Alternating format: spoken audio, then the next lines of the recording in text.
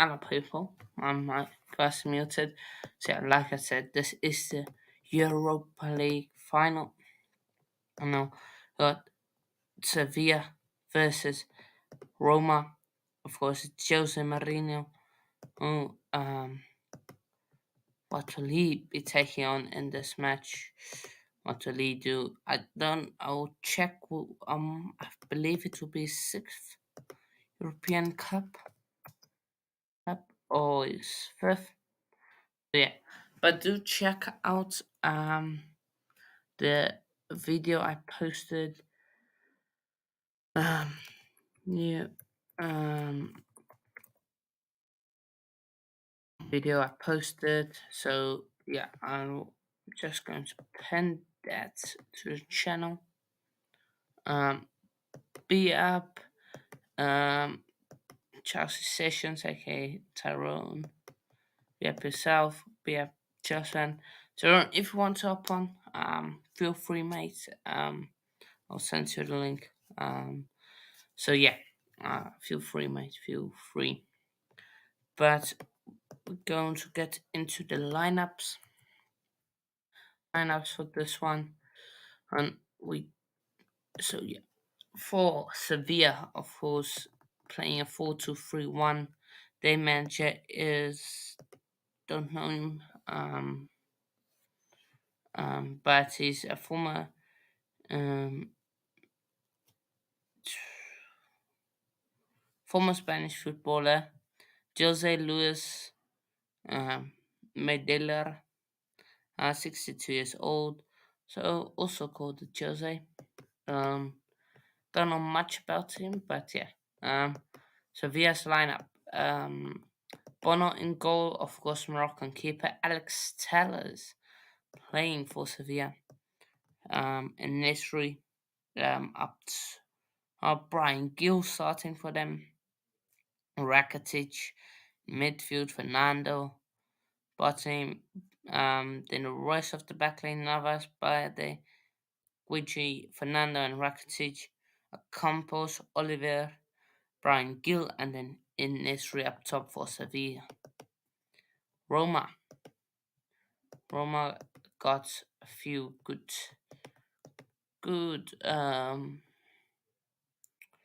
talents. So Ray Patricio in goal, former Wolves keeper. Chris Smalling, they've gone for 3-4-2-1. So Mancini, Ibanez, Zilek, Spinazzola, Matic, Nemanja Matic again, former Chelsea and United player. Cristante, Pablo Dybala, Pellegrini, and Tammy Abraham up top. Up, so on the bench, Roma notable names for both teams: Papa Gomez for Sevilla, um, Montiel, Gonzalo's Montiel, World Cup winner, Eric Lamela for Tottenham, a Tottenham player, I believe. Mano Bueno, I believe I've seen that name somewhere. But for Roma, you got Diego Lorente. I believe he's from Leeds. I almost said it's the isn't it the isn't didn't he play for Atletico? I believe no, he didn't. I thought he played for Atletico, but he didn't. So yeah, that's um. While Naldo plays now for Roma, his career has had a massive fall off since that move to PSG. Is he on loan there or permanent move? Um, I believe. Yeah, he's on loan from PSG. He's playing for Roma. Um, Al Shawari, 30 years old now.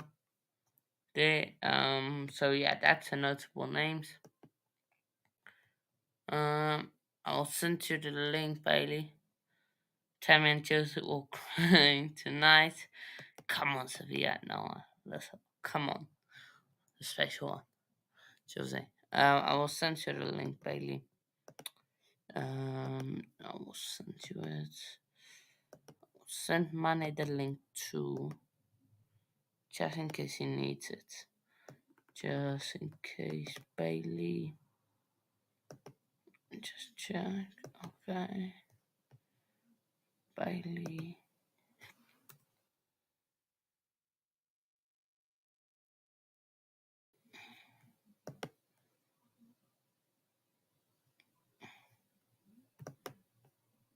Yeah. So I sent you the link there, Bailey.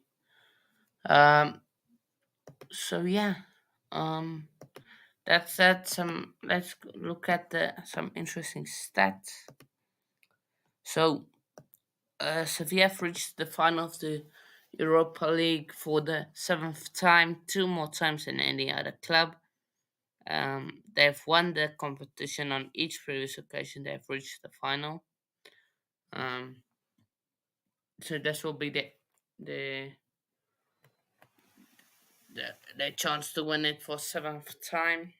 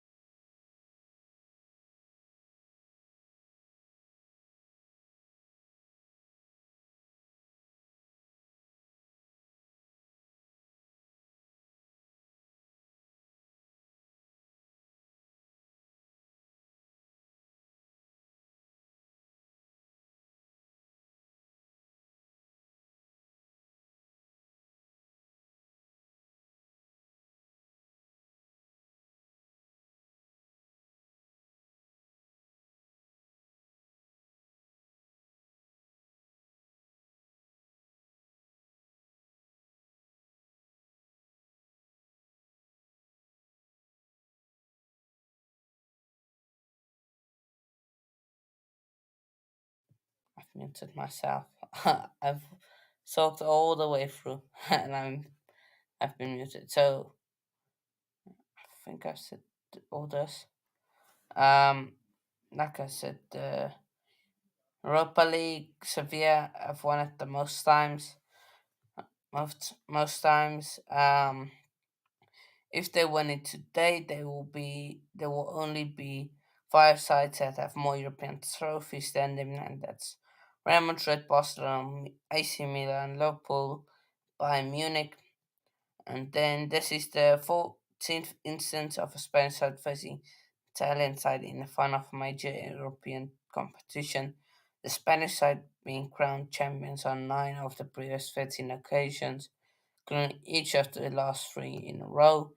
And then Roma will contest in the final of the Europa League for the second time, losing in the showpiece in 1991 against Inter.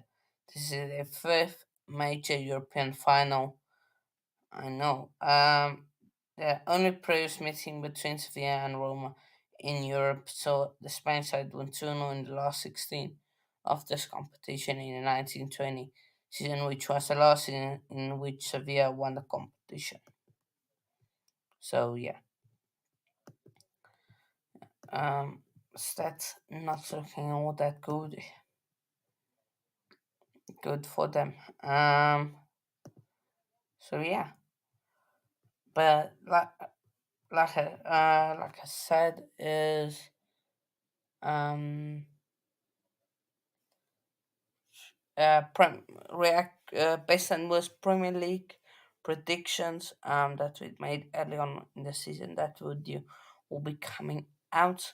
It's just easier for me than to react to one. So yeah, it will be longer than today's video. First, we did have three parts of the Premier League. I've got most of the clips tomorrow. We'll be getting the final ones and then editing it tomorrow. So yeah. uh, Um,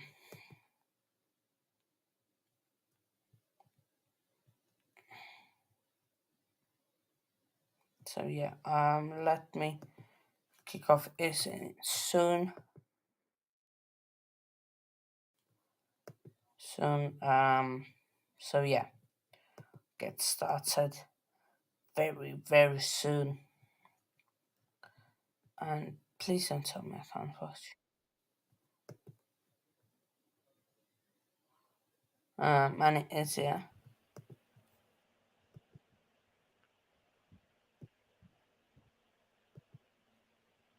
Right. Let me just change the layout. Hello there, son. Okay, they just kicked off. Dybala passing it back to the Roma defence, and it's been sent forward. So, Yo, mate. has a kick? Hi, Bailey. Has it kicked off for you lot? No, about to. No, it Uh, So has. I'm. No, it has. about to kick off, yeah. Oh yeah, so I'm a little bit ahead of you boys. So I'll tell you what. I'm not going to do any commentary because I don't want to be a spoiler. You will enjoy the match. Oh, by the way, Hannah, I got your message a little bit late. I didn't realise that you wanted me to wear a white or a red T-shirt, and sadly, I'm afraid to tell you, I don't have a shirt of either colour available, which is clean enough. So sorry about that. No worries, no worries. I'm just going to show this layout out for all of us. Consider me more neutral, if you will, but I am going for Sevilla to win. I made it crystal clear that I do not want to see Mourinho winning another European title because everyone's going to go completely mad over him. I want Roma to win.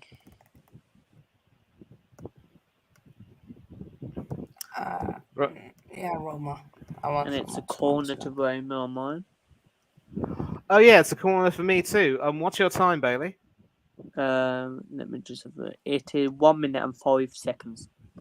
Oh, it's 1 minute 20 for me, so I am 15 seconds ahead of you.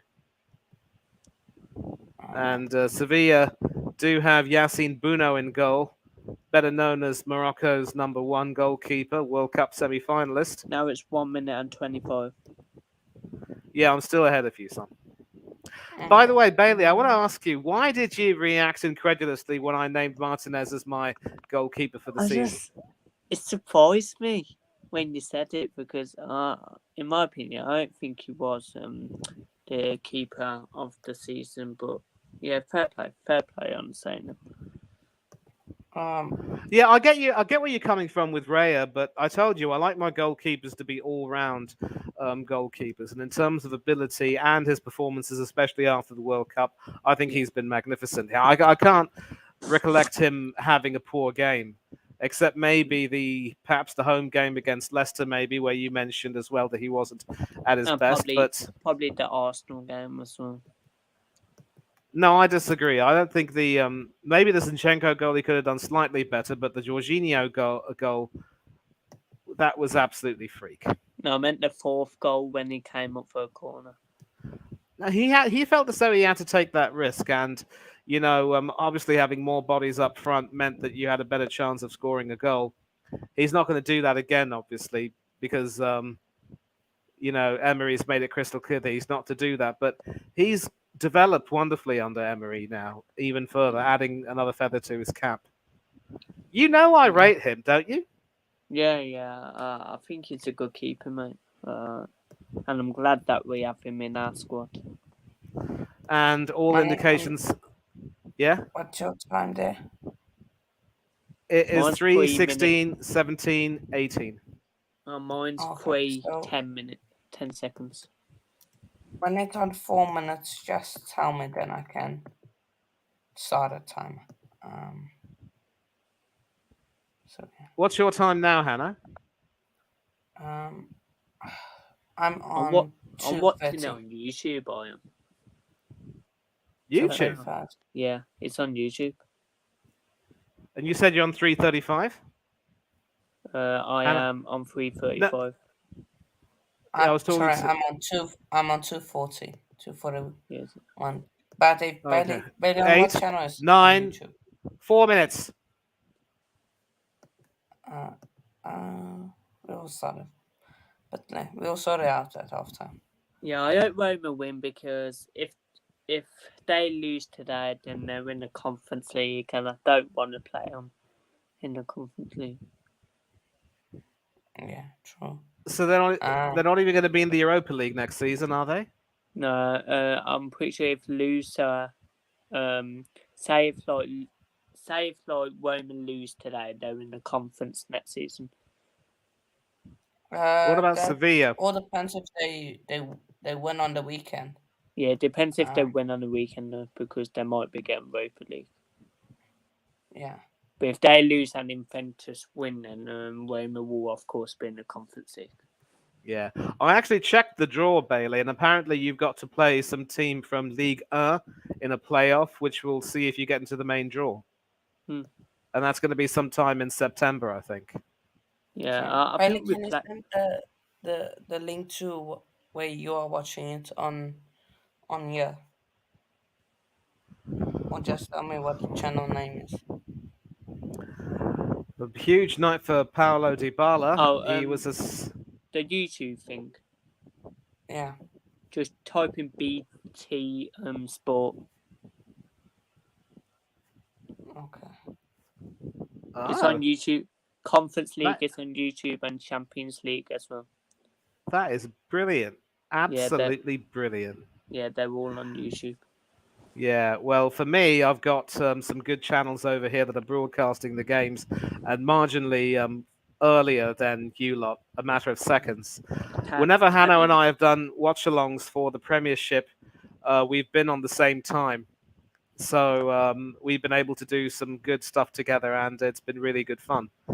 In fact, I actually got to know Hanno and start working with him when we were doing a watch-along for a Premiership game. Tammy Abraham, old Villa player. Oh, right. Chris Smalling was with Manchester United.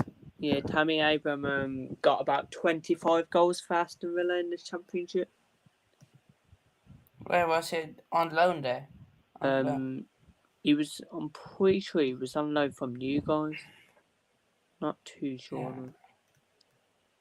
That would make sense.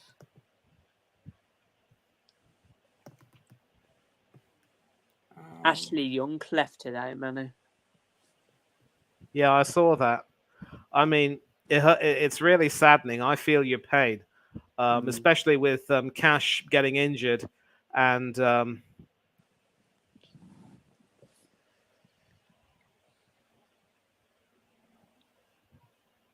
Is Manu lagging or did he stop? No, I'm not lagging, mate. I'm not lagging. I'm just taking a look and. I read the story about Young leaving. It is a very harsh decision. The poor fella didn't even get to say goodbye to the Villa faithful, which I felt was absolutely horrible. And actually, Manny, he did say goodbye on the day. He knew he was going to leave. But I mean, when I said say goodbye, I think he should have at least gotten the chance to play, at least come Yeah. on as a sub maybe. But I guess Emery was so focused on winning the game, he didn't really want to show sentimentality. And I guess, that's probably the way it should be. But still, fine player for the club, fine player for Manchester United. Mm. Did well for Inter Milan, and of course, earned nearly 40 caps for England. Well, Our first choice left it back could in Russia 2018. it could be going back to Watford for one more year. Are you happy with the decision to see him leave? Because there is a part of me that felt that he could still have had a role to play. I Mate, get that. Yeah. mate, when it came out, I was just no. I wanted him to stay. I think he's a cracking player, and I wanted him to stay for one more year, but just wasn't gonna happen. And all Villa fans wanted him to stay, and now they're all upset about him leaving the club. Yeah. But I hope he comes back to Villa Park and watch us play next season, probably in the Conference League. I wouldn't mind seeing him back as a coach, maybe. In fact, Yeah. I get that obviously Villa felt that they wanted to improve the squad because apart from To cash, be honest, sorry for butting in. yeah, I think it'll be like John Terry, like playing for Aston Villa, but then coming as a coach at Aston Villa, maybe, or someone. yeah, I would have loved to at least seen him, end his career at Aston Villa. But Yeah. I guess they probably felt as though, if they wanted to, especially if they wanted to buy a new right back to compete with Matt Cash, and sort of improve the team in that respect, it wouldn't really be fair to expect Young to stick around to perform a third right back role. I mean, maybe he'd get some games in the League Cup as part of an experimental side, but he wouldn't really play very much. And maybe the wage structure determined that Villa couldn't afford to keep him. I don't know the workings of all of that, but I do hope he comes back later on and does indeed coach the team. You mentioned John Terry. I think he retired as a player at Aston Villa and then moved straight into the coaching setup. Yeah. Jesus Navas, World and European Who Cup winner with Spain. who do you think will come back up from the Premier League then next season? Because it's so tough. I don't think Leeds will come back up. Yeah, Really same.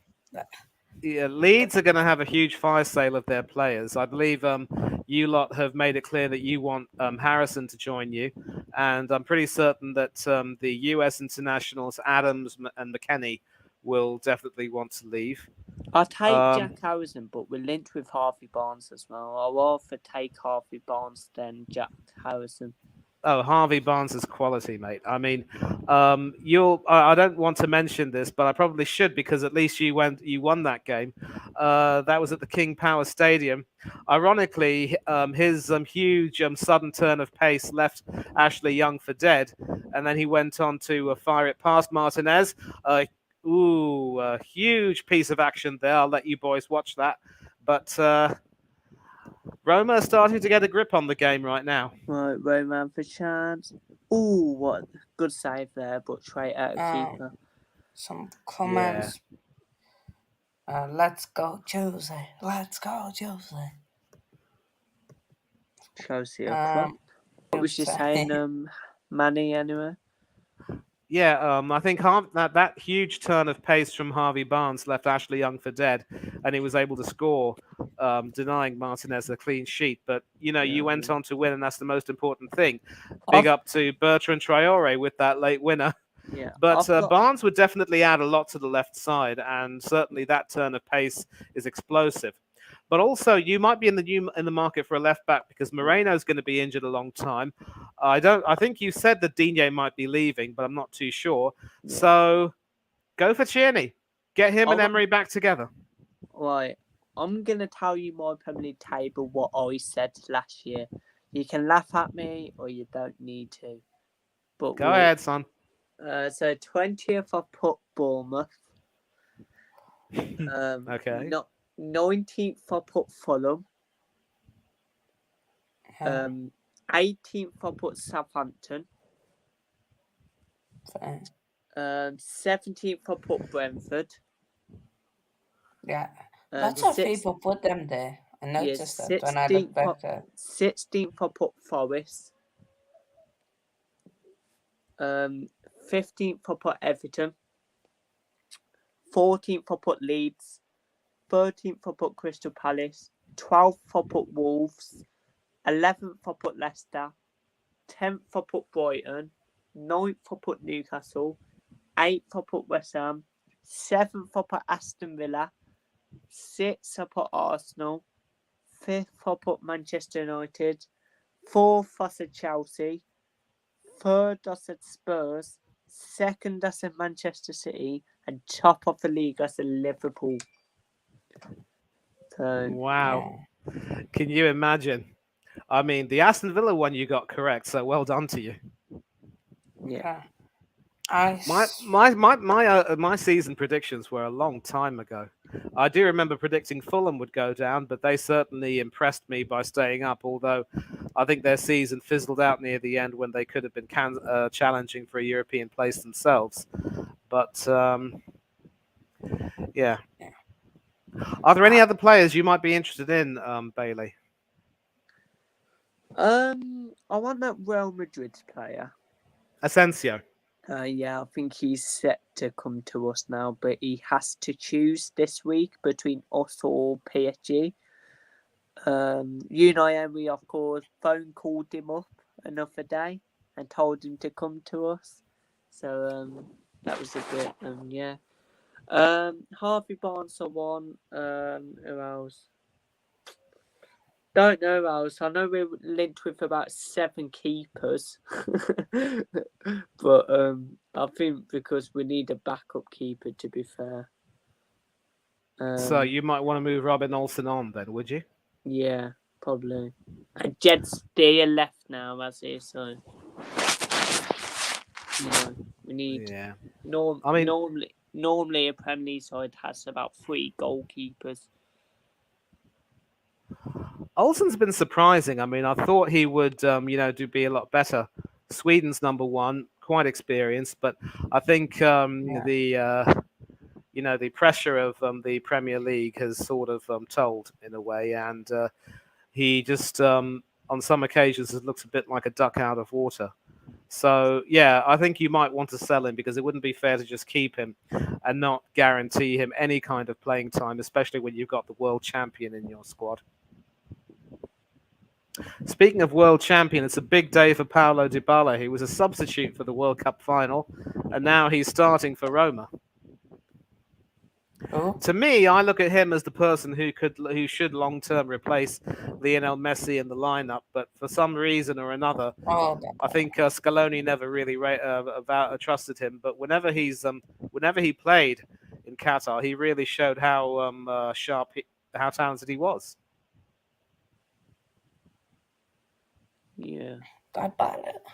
I think it it didn't live up to the expectation. I think he. Oh no, sorry. I think that's Well, Taro. I'll be back Sorry. in 1 minute, guys. Yeah, All right. Lautaro Martinez was horrible. Yeah. Could, I got them mixed up, but couldn't hit a horse's backside with a banjo. Yeah, he is playing for Inter in the Champions League final, but Dybala's playing tonight. yeah, it's a tricky little play. You just need to manage him right. And right environment. Really. Yeah, Sevilla seem to be committing one foul too many. Looks as though Taylor's going to book one of the Sevilla players, Alex Telles, in the team because another World Cup winner, Marcos Acuna, is suspended for tonight. Yeah. Of Ooh, course. clash of heads there. That looked ugly. What's his name?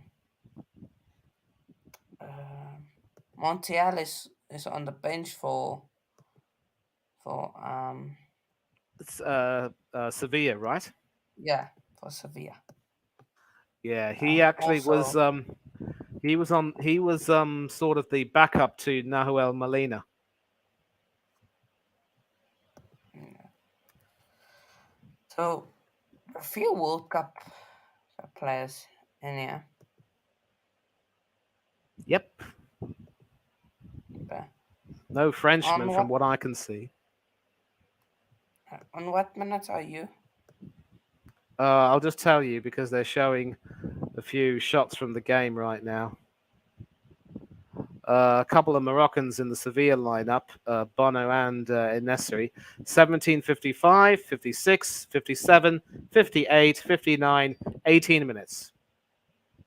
Okay, so I'm about 30 seconds just behind you.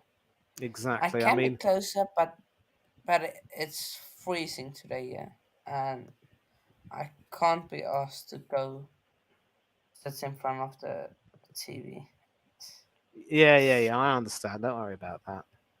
So, Hey, boom, boom, boom, boom, boom, boom, boom, boom, boom. but yeah, barely mention the championship next season. It's tough. It's tough to predict. Also, Well, that teams does. going down, I mean, you can't say are going to do really good. I think Leicester should find it within themselves to come back up, but I'm not too confident about Leeds or Southampton, to be honest. I am worried Yeah, about Theo Walcott's future. That fellow actually ended up having a new lease of life under Ruben Selles, playing as a right winger, scoring goals, including that goal against us. Um,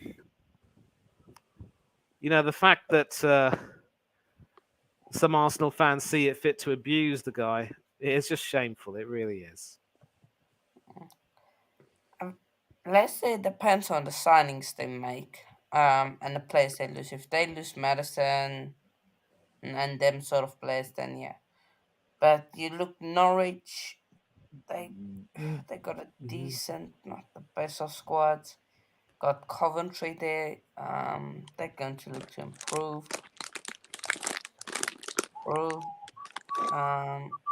Middlesbrough, they definitely going to be up there. Um, Sunderland, they're also going to want to push, but we're going to have to see what happens with Diallo. If he goes, that's a massive loss for them in terms of goal output. I don't rate him because I think he dives a bit too much. Diallo, but yeah, yeah. Bailey, who do you reckon who wins the championship? My opinion, I've said it all along. I'm saying Leicester. Reckon. I think they'll win it. I think Middlesbrough is up there. I reckon Middlesbrough. Also, I think Leicester will lose loads of players and then will just drop off of The only um thing, Leicester have money to buy players. Like with Leeds and Southampton, they don't really have money, like much money to buy players. So that's why I think Leicester will win the league because I think they'll sign some players if they lose, unlike Madison, Harvey Barnes, who else? Tinnemans. So yeah, I think Leicester will win that league. yeah. It's, it's so tough to call the championship next season. But yeah. Um but I It's a want to ask you yellow guys a card question. to who's that? Manny laughing. Not laughing, just uh,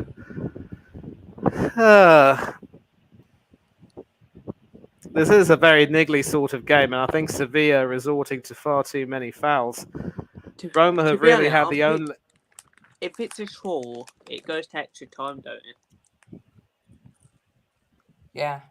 I Well, think I mean, if if nobody scores, like if the game doesn't end in 90 minutes, I think it's going straight to pens. yeah, I Because mean I don't.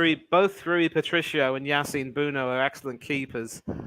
Bono, of course, was Morocco's penalty expert in Qatar. Did the I mean, did the Roma goalkeeper used to play for Wolves? yes, he did, Rui Patricio. Yeah, yeah. And interestingly enough, he wore the number 11 jersey because he didn't want to take the number 1 jersey that quickly. I believe that was Carl Ikeme's jersey. He was Mm. still, battling cancer or something. So out of respect to him, he took the number 11 jersey. And I hope that never happens again. I never want to see, um, a goalkeeper wearing a number like that. Yeah, that's funny. That is funny. But Roma clear. yeah, I want to ask you guys a question. Of course, we saw Southampton. They had loads of wonder kids. And then got money for them, but then invested in big signings. Do you guys reckon Brighton may also fall into that same trap? Up with lo- produce these superstars like a Van Dijk, like Southampton did, and Mane, and then just don't buy those big players you need, and don't reinvest properly into the squad. I think with Brighton, Hanno, that's a good question. Brighton do have a really good scouting network, and they have this tendency to, in addition to their up and coming players, by a lot of seasoned professionals who are able to, help aid in their development. You take someone like Danny Welbeck, who of course played for Manchester United and Arsenal, and of course earned over 40 caps for England. Someone like him probably may not have that je ne sais quoi, which means that he will be courted by the big teams again. But for Brighton, he has been one of their more important players.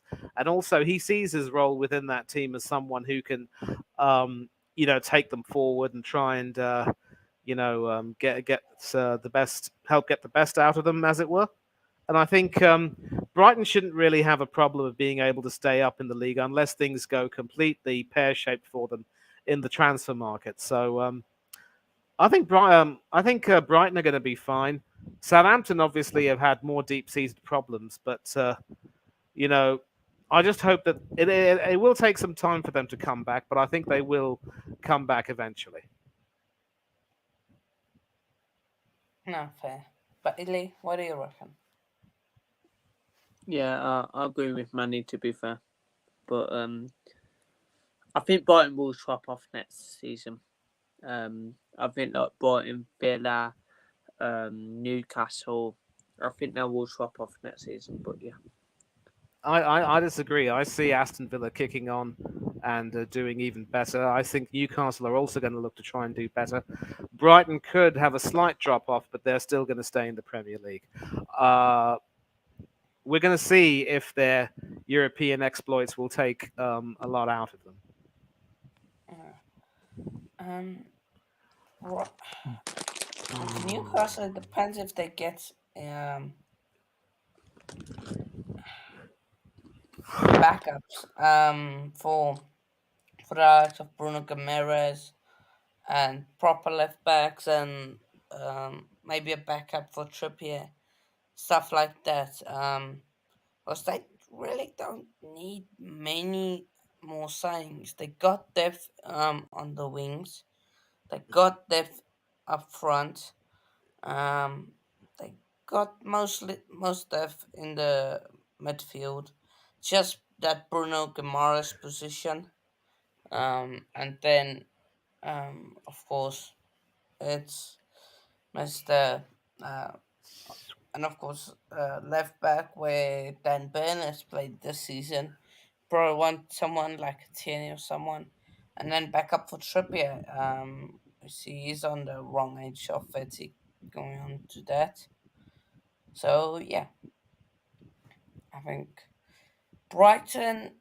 Then it depends who they lose. If they lose Caicedo, if they lose um, McAllister, or Matoma potentially.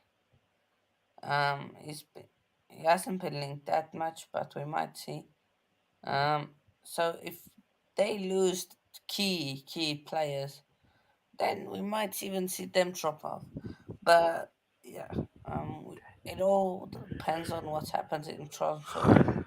But not many people expected Brighton to get Europe. I think most expected them to be around top 10 and then almost same way they were next season. So, yeah. Fair to say that since Potter left, De Zerbi has somehow managed to take them to a bit of a higher level. Um, as I've said on Ollie's stream, Potter never should have left Brighton and Hove Albion, but maybe his departure was the best thing that could have happened to that club, as they ended up quickly moving on from him and Kukurea. Yeah, yeah, definitely.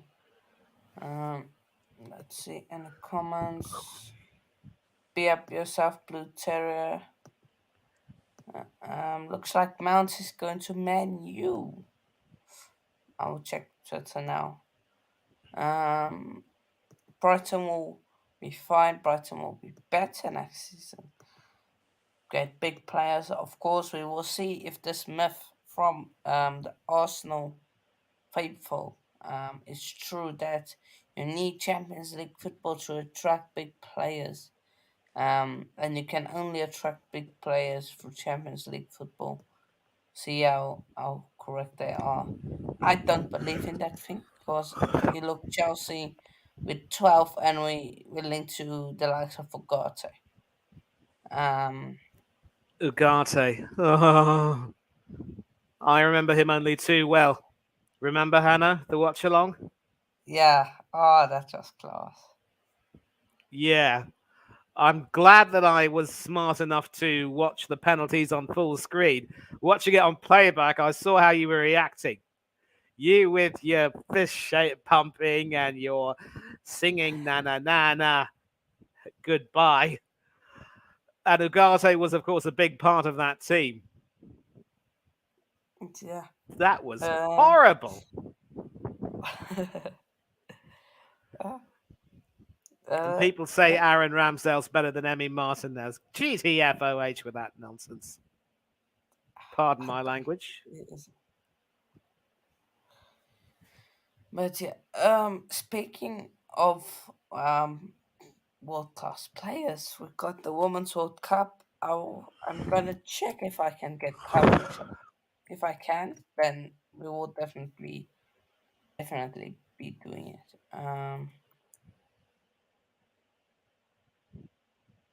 But I believe my team, South Africa, should be in it because, of course, we won the African Cup of Nations, so we should Who be in it. who won the African Cup of Nations? For the woman, South Africa, Oh. yeah, we're in it. We're in the Women's World Cup Oh, that's in the brilliant. That's women's. brilliant. Looking forward to see how well you So, do there. so oh, I should be getting coverage then. Women's World Cup. Manny should be getting a YouTube channel next season. I'll hope to, but yeah, I mean, I actually am supposed to be. Ooh, a possible bit of action over here. I believe VAR could be called into Ooh, action. Right, let me see. you're only second head of me now. I'm pretty sure. I can. Let me see. What was you saying, Manny? Yeah, I was just saying that. Yeah, I'm still supposed to be taking over Stephen Featley's channel, and now that the season's over, I'll have to just get everything sorted over the next few days.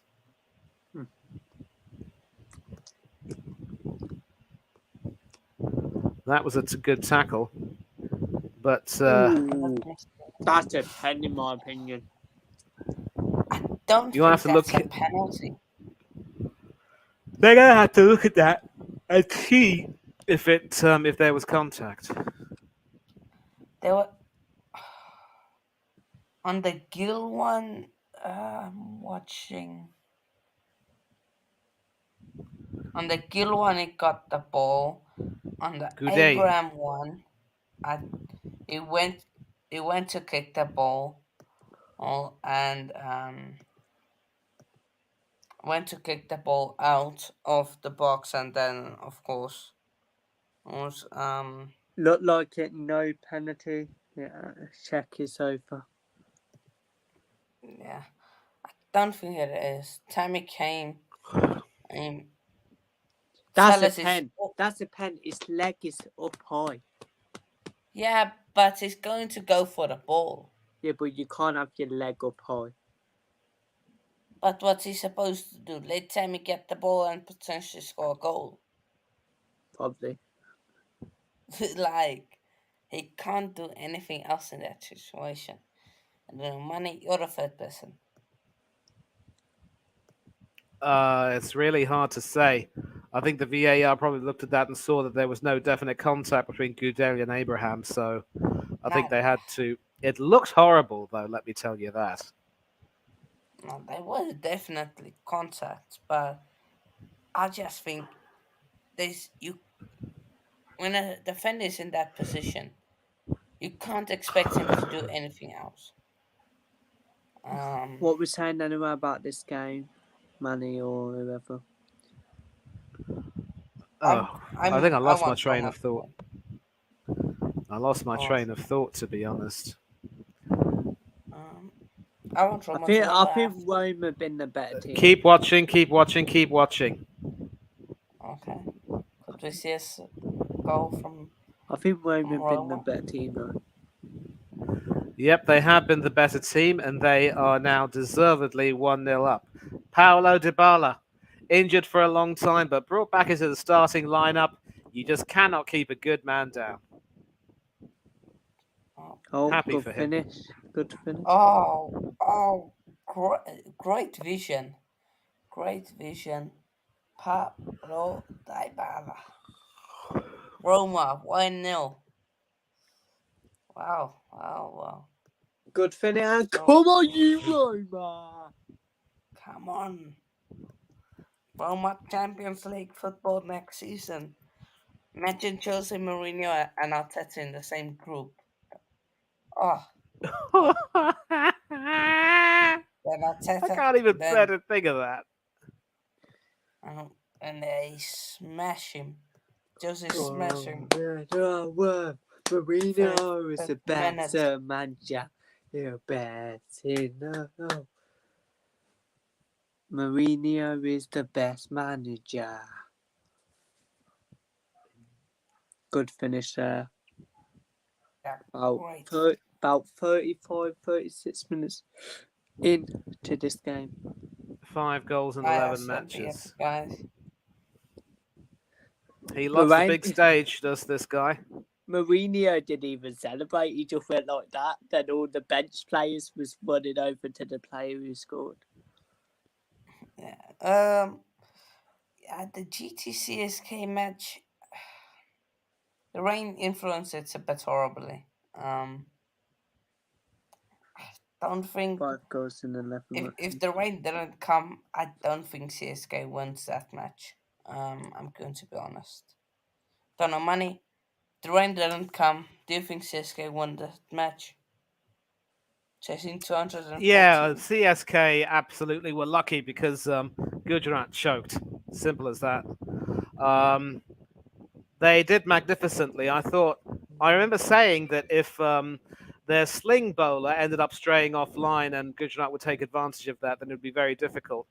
Um, they set a really good total, but I think the bowlers also choked in the opening when they allowed Gaikwad and Conway to start hitting. And even with a few wickets, I thought with 10 runs to get off 2 balls, having really restricted them well, there was no way they could lose. But then, you know, again, those last 2 balls are another example of how not to bowl at the death. I'm not really Yeah, too yeah. fond of CSK as a team. I think they're just, I think, people sort of have this sort of idea that they're an all-powerful team, but in reality they're not. And in Tony, I think he's a selfish sort of player. Rather fitting that in what could be his final IPL game, he was out for a golden duck. Yeah, yeah, yeah. True. the regard for now. I didn't bet in the final. Of course, in the challenger challenge. Yeah, the qualifying challengers something. But yeah, what else? I've been good. You guys, I've been good. Um, we must go. Yeah, come on, Mourinho.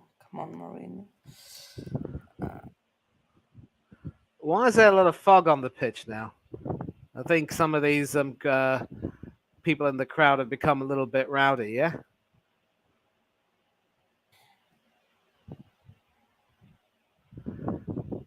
And then obviously people are Oh, going. But the reason why I don't want Roma to win is because people are going to say that he is outright the special one, and then say he won the Conference League, he won the Europa League, and next season he has to win the Champions League.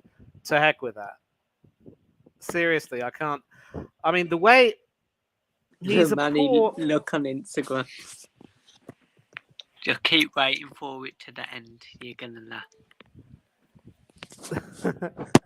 I will check that out, son. Give me a minute.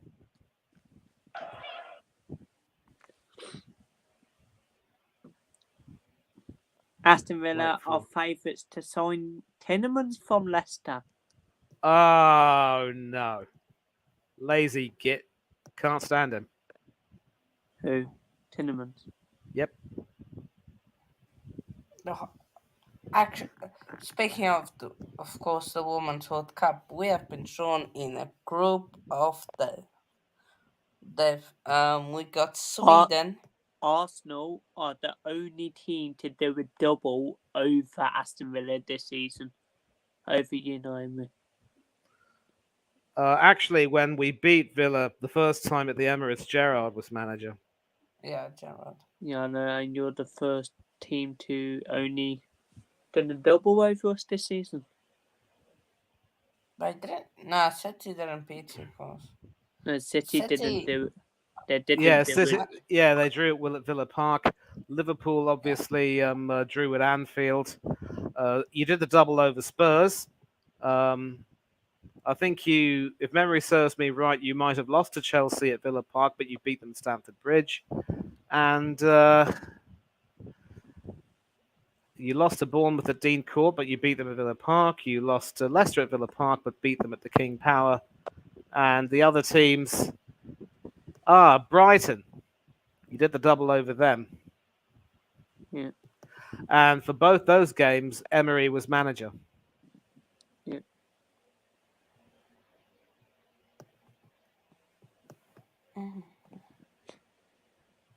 Right. What you thinking of that video then? I mean, I hope the poor fellow who fell through the gap between. This is why they say mind the gap on the underground. Mind the gap. Yeah. You go on the tube, that's the first thing you'll hear. Mind the gap.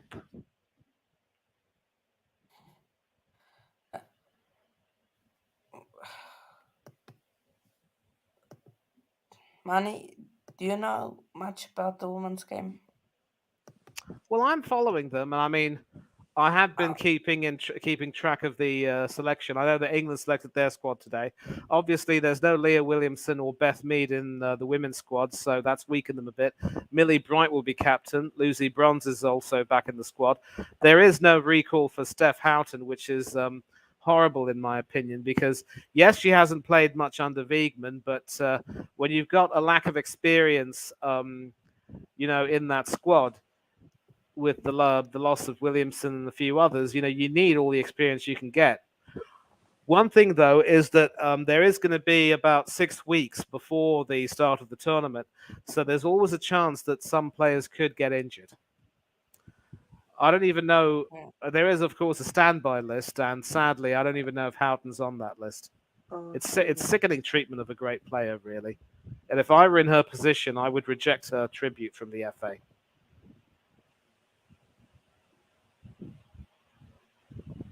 And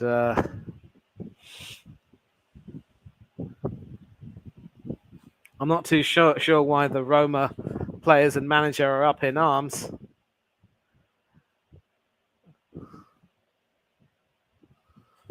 That's the right decision. A Sevilla corner. It came off a Roma defender. Wind your necks in, boys. Sheesh. Or as you would say, Hannah, sheesh.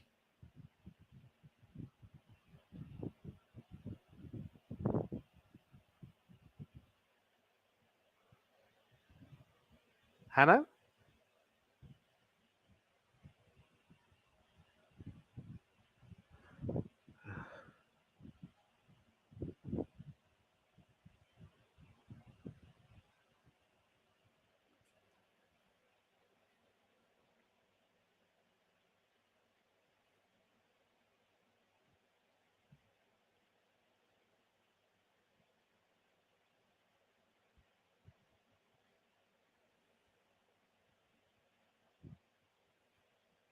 Well, I mean, at least my internet connection is still working because the tick is still going on, and for some reason, Bailey and Hannah are away. So I'll just take you through the remainder of the half, and it is Dybala now down the right. Ooh, wonderful I'm just blistering going turn of pace to get to some Pellegrini, something. and still in the penalty area. Abraham blocked, but well, there's a huge melee going on over there, and I believe it looks as though Pellegrini's been booked for some reason. I can't figure out what that might be. Anthony Taylor's got a lot of explaining to do here.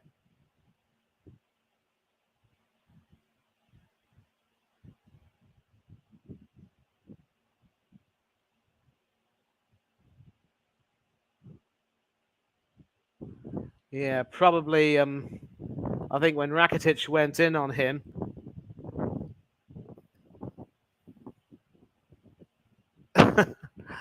yeah, I'm pretty sure he didn't really. It wasn't even trying to simulate diving, but I don't think he was looking. He wasn't looking for a penalty, but it is what it is. And Pellegrini being booked, it could be potentially dangerous. Don't want to see him get sent off tonight, captaining the side tonight. Headed back into the Sevilla area, and there are 7 minutes of time added on. Enough time for a second goal. And could that be provided through Tammy Abraham with an excellent poke down the left? Nope. It is well defended by Sevilla, but it is back with Pellegrini, who ends up passing it back to his defender, Ibanez, and then back to Rui Patricio. So both goalkeepers are left-footed. Nice. Bono, of course, for a lot of our Canadian friends, was born in Montreal to Moroccan parents. Money. What's wrong, Bailey? Big up, mate. Big up to you, mate. And Oh, that's loud.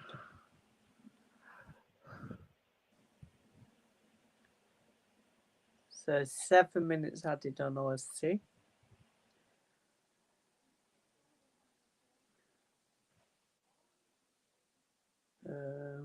Roma tackle that. And it goes out for a Roma throw-in.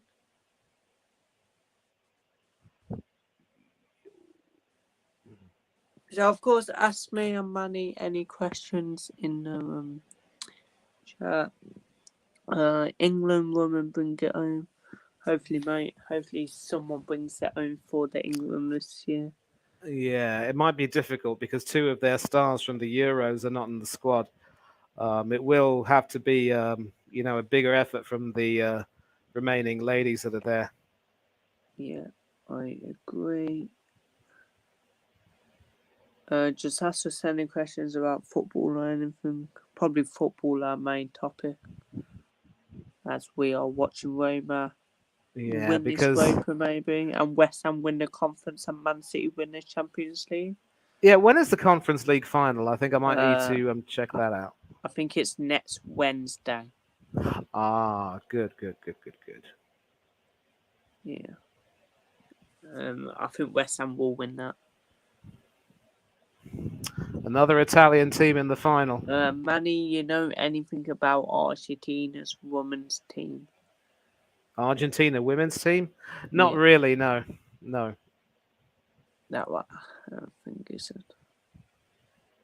Hannah. Showing the goal again, I know. But as for sending questions, guys, like this live, subscribe to all our posts. Of course, Manny hasn't got a YouTube channel, but he might have soon. We'll try and get him one.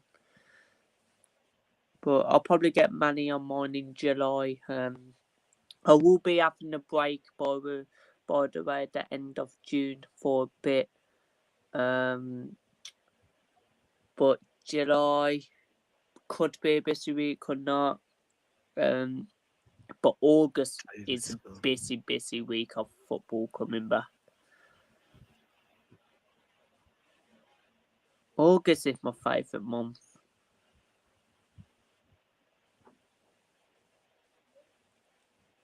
It says the full person.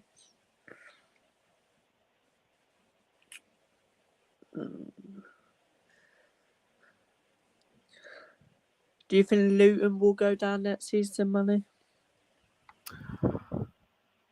I could see them staying up by the skin of their teeth or going down by the skin of their teeth. I certainly don't see them, finishing completely down. I think they'll finish bottom. Big call. I remember a lot of us were saying the same thing when Huddersfield got promoted, but they ended up, really surprising a lot of people by staying up that season. Yeah. David Wagner. Everyone expected Bournemouth to finish bottom, and look what they did this season. I'm happy that Bournemouth survived. Obviously because I've got I do a lot of work with my mates from up the cherries in all departments. Yeah, big up to them, man. I was on their channel yesterday, I think it was. Yeah. I know, son. I was there. It wasn't yesterday. It was on Monday. Yeah, Monday. So.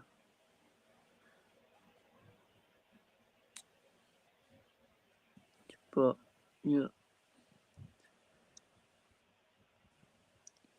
Do you have a PlayStation or anything, Manny? What was the question? Do you have a PlayStation or anything? Nope. I'm not into video games and all that. Don't have time for that. Fair enough, Manny.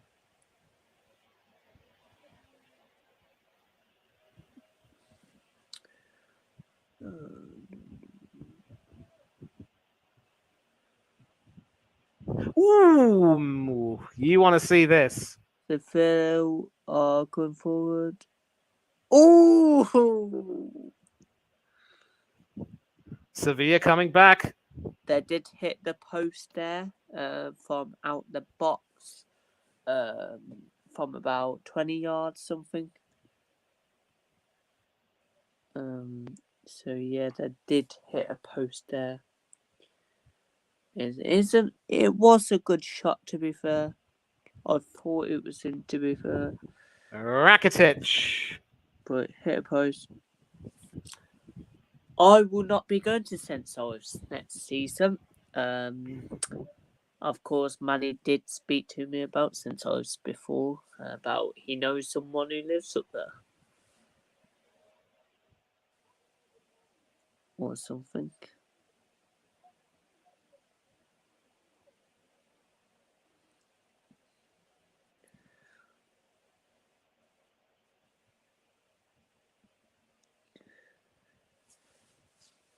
So, it should be in there about 30 seconds. Half time will be round the corner.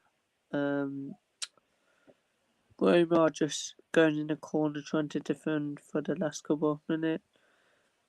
And it goes out for a throw into Seville. Long throw looked like it. 10 seconds until half time. Gonna be a long throw in. It's a header, but Roma header it back. Seville shoots. Good defending from Roma. And it is half time. So half time in the Europa League final as Seville 0, Roma 1. What are you thinking of that first half, Manny? Yeah, cagey to start off with. A moment of quality from Dybala separating both teams. And Sevilla obviously coming back into it, but Roma do look the likely winners at this stage. Yes. And we could be set for a good second half if at least they maintain some decent quality football. I definitely don't want to see this descending into, a foul fest, as it were. There were some very meaty challenges as well.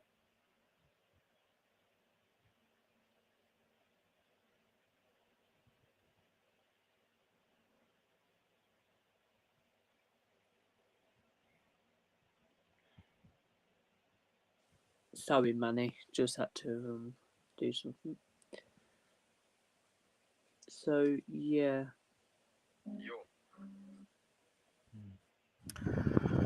Yeah, it is kind of hard to, predict what's going to happen now. I predicted 2-1 Roma before the game. Will it still be that? Not too sure. 2-1 to Sevilla for me. Still a chance, unless, of course, Roma score a second. If they score a second, that's it. Sevilla won't be coming back from that. Yes, but anyone watching the Manchester derby in the FA Cup final one on Saturday? Oh, yep. I I'll wouldn't miss be that. I'll be in a pub watching it with my mates.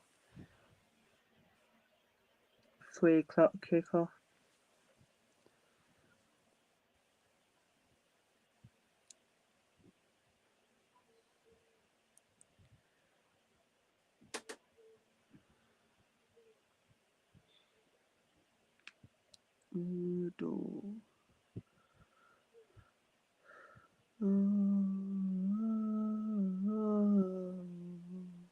I don't know. We're the champions and we've got Super United.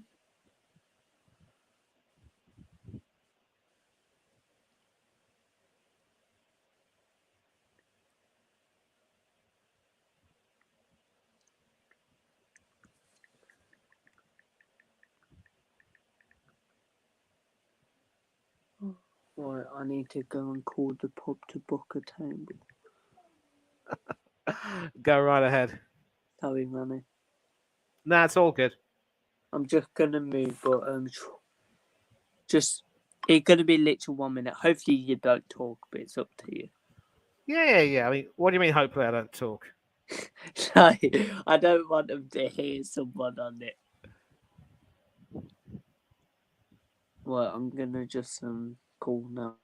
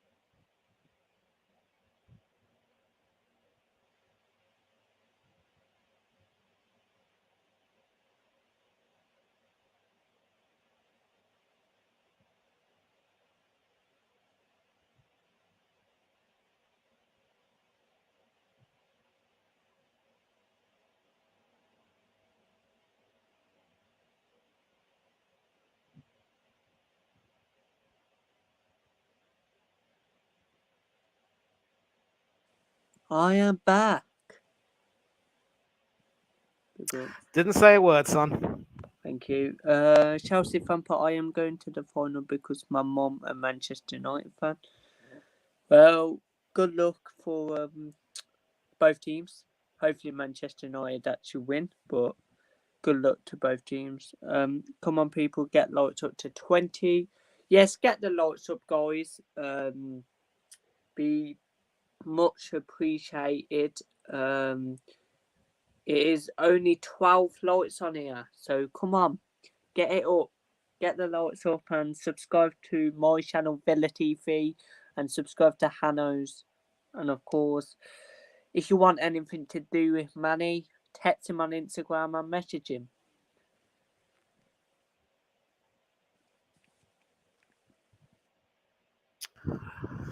Yep, what Bailey said. Just taking a look at the Rakitic chance. Sweet left foot wrapped around it beautifully. Just a little bit too wide to the right. But good fortune there, because on any other day that would possibly have bounced off Patricio's back and gone in. But it probably would have been unfair if Sevilla had equalised. But just goes to show, let's not discount Sevilla one bit.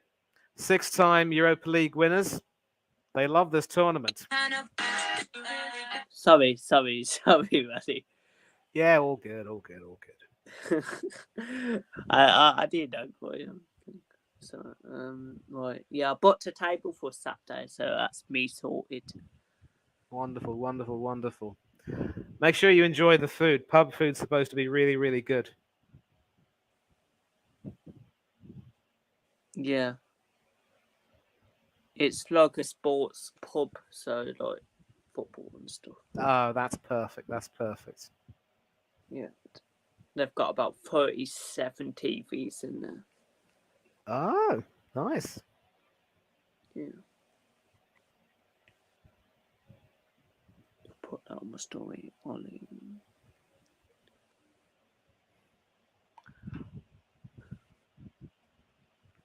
You was blurry on Ollie's stream. What did you say? You was blurry on Ollie's stream. Yeah, I think what happened was I'd switched on the air conditioning, and when that happens, sometimes the combination of the air conditioning and the fan behind me sort of blows the cold air, and I think it affects the computer. I had to have a shower because I came back sweaty all over. I had a session at the gym, and leg day is not my best day, but you do get some really good work done. Yeah. So, Okay, I'm back. Sorry. Oh, breaking news, it completed that Margaret Anso is an Aston Villa player. The 27-year-old Spanish national has put pen to paper on a 3-year deal with an opportunity extra year. Henry was key in Margaret's decision. Fair play. Got Bobby. Fair play. You've got a decent play on your hands. Champions League winner. I think obviously Ancelotti wasn't. I mean, Ancelotti did like him as a squad player, but not really that type of person who would start. And I think after the Champions League semi-final loss, the team is in need of renewal. So Asensio has decided that he wants to leave. Good call. And he should do well in the Premiership. The only problem is I just hope he doesn't turn into another Philippe Coutinho. Yeah, I agree, mate.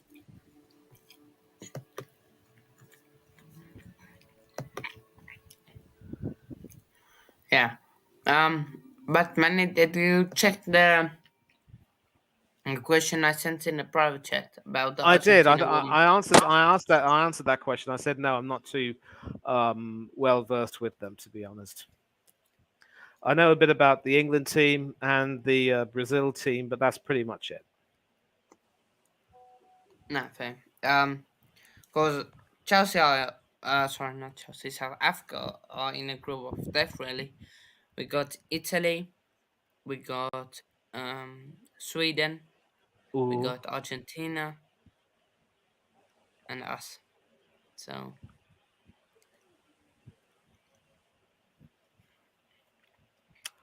I don't think you were born. Oh, yeah, you might have been born when South Africa hosted the World Cup in 2010, but I don't know if you saw any of the games. no, didn't see it. No. I think I was around 3. Yeah. Yeah, back in the 90s and early 2000s, that South Africa were a really fine team. I can still remember some of their stars: Andre Arenze in goal, Lucas Radebe in defence, the likes of Sean Bartlett, Mark Fish, um, and several other fine players. Couldn't forget Joe Mosono, of course, with that unique celebration he had. Yeah, I need to actually try and get him Thomas on the show. Maybe Really? That should be a might treat need and a to half. try. Never know. Yeah. Maybe. I mean, certainly done a better job at coaching than Clive Barker, I can tell you that, and a Mason few Mount others. to Manchester United is advancing. Cool. That fans won't be happy. Um, Oh, I stand corrected on Barker. Barker, of course, did coach them to the African Nations Championship in 1996. okay. But Speaking of transfers, um, Joe Bellingham, of course, part of Jude Bellingham, has agreed a 4-year deal with Sunderland, moving from Birmingham to Sunderland. So could we see?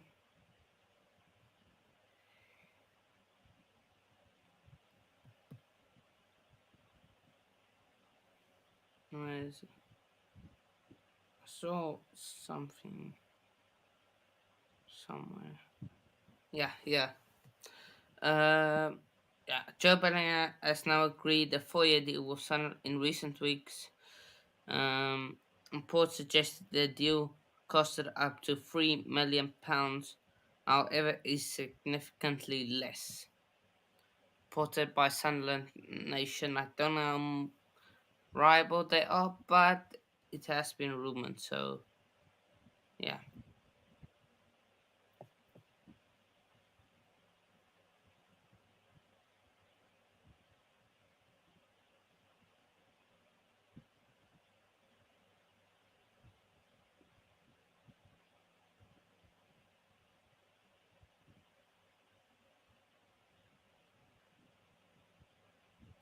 So, yeah. As the second half started. yeah, former Spurs player Eric Lamela coming on as a sub, and number 7 Suso is also coming on.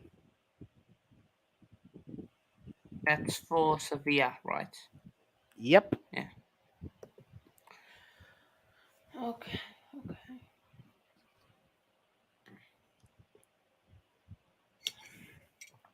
Um, just tell me when they start.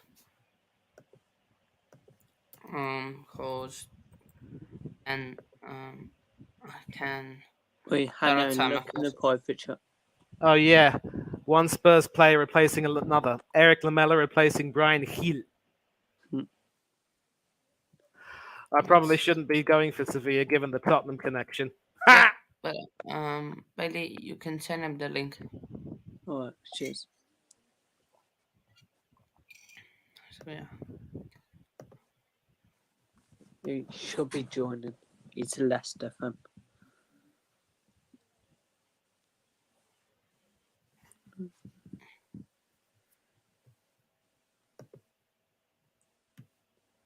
Mm-hmm.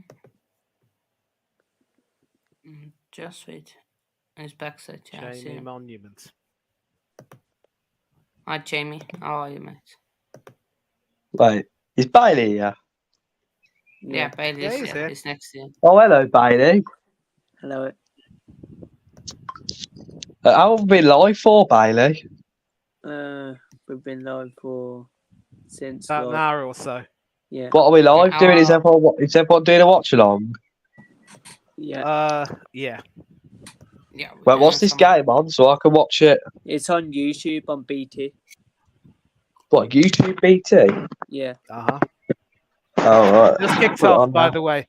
Pass back to Rakitic and Sevilla attacking from right to left. It's with Alex Telles, the Sevilla left back, to Lamella. He's former Man U, isn't Oh, yeah. Yeah. I don't know if he's on loan or he's actually there permanently. he? I think he's on loan. I think he's on loan as well. Dybala down the right. Who do these lot support, Bailey? Manny top. Well, that one with their headphones on supports Arsenal. Then the Yeah. one Hanno with the camera on off supports Chelsea. Oh, not best season for Chelsea. Mm. But yeah, you don't really want to have an argument when An argument? What would be an argument? you know what I meant. You don't want to have an argument when Leicester, of course, had a worse season. Anyway, Jamie, Jamie, do you think you can come back up next season? Yeah, I think we'll come back up. Probably win the league. Yeah, what players do you think you'll sign? I don't know, but I don't know yet. I think we're signing that Ilias Chair from QPR. Oh, yeah, he's a good player, he is. Yeah, I've said about that. Yeah. Yeah. I hope he comes, to be fair. He looks quite good. Yeah, I think Harvey Barnes and that will leave you. Won't they? To be fair, we need to move on from them sort of players, so I'm not really bothered with them not leaving. Yeah.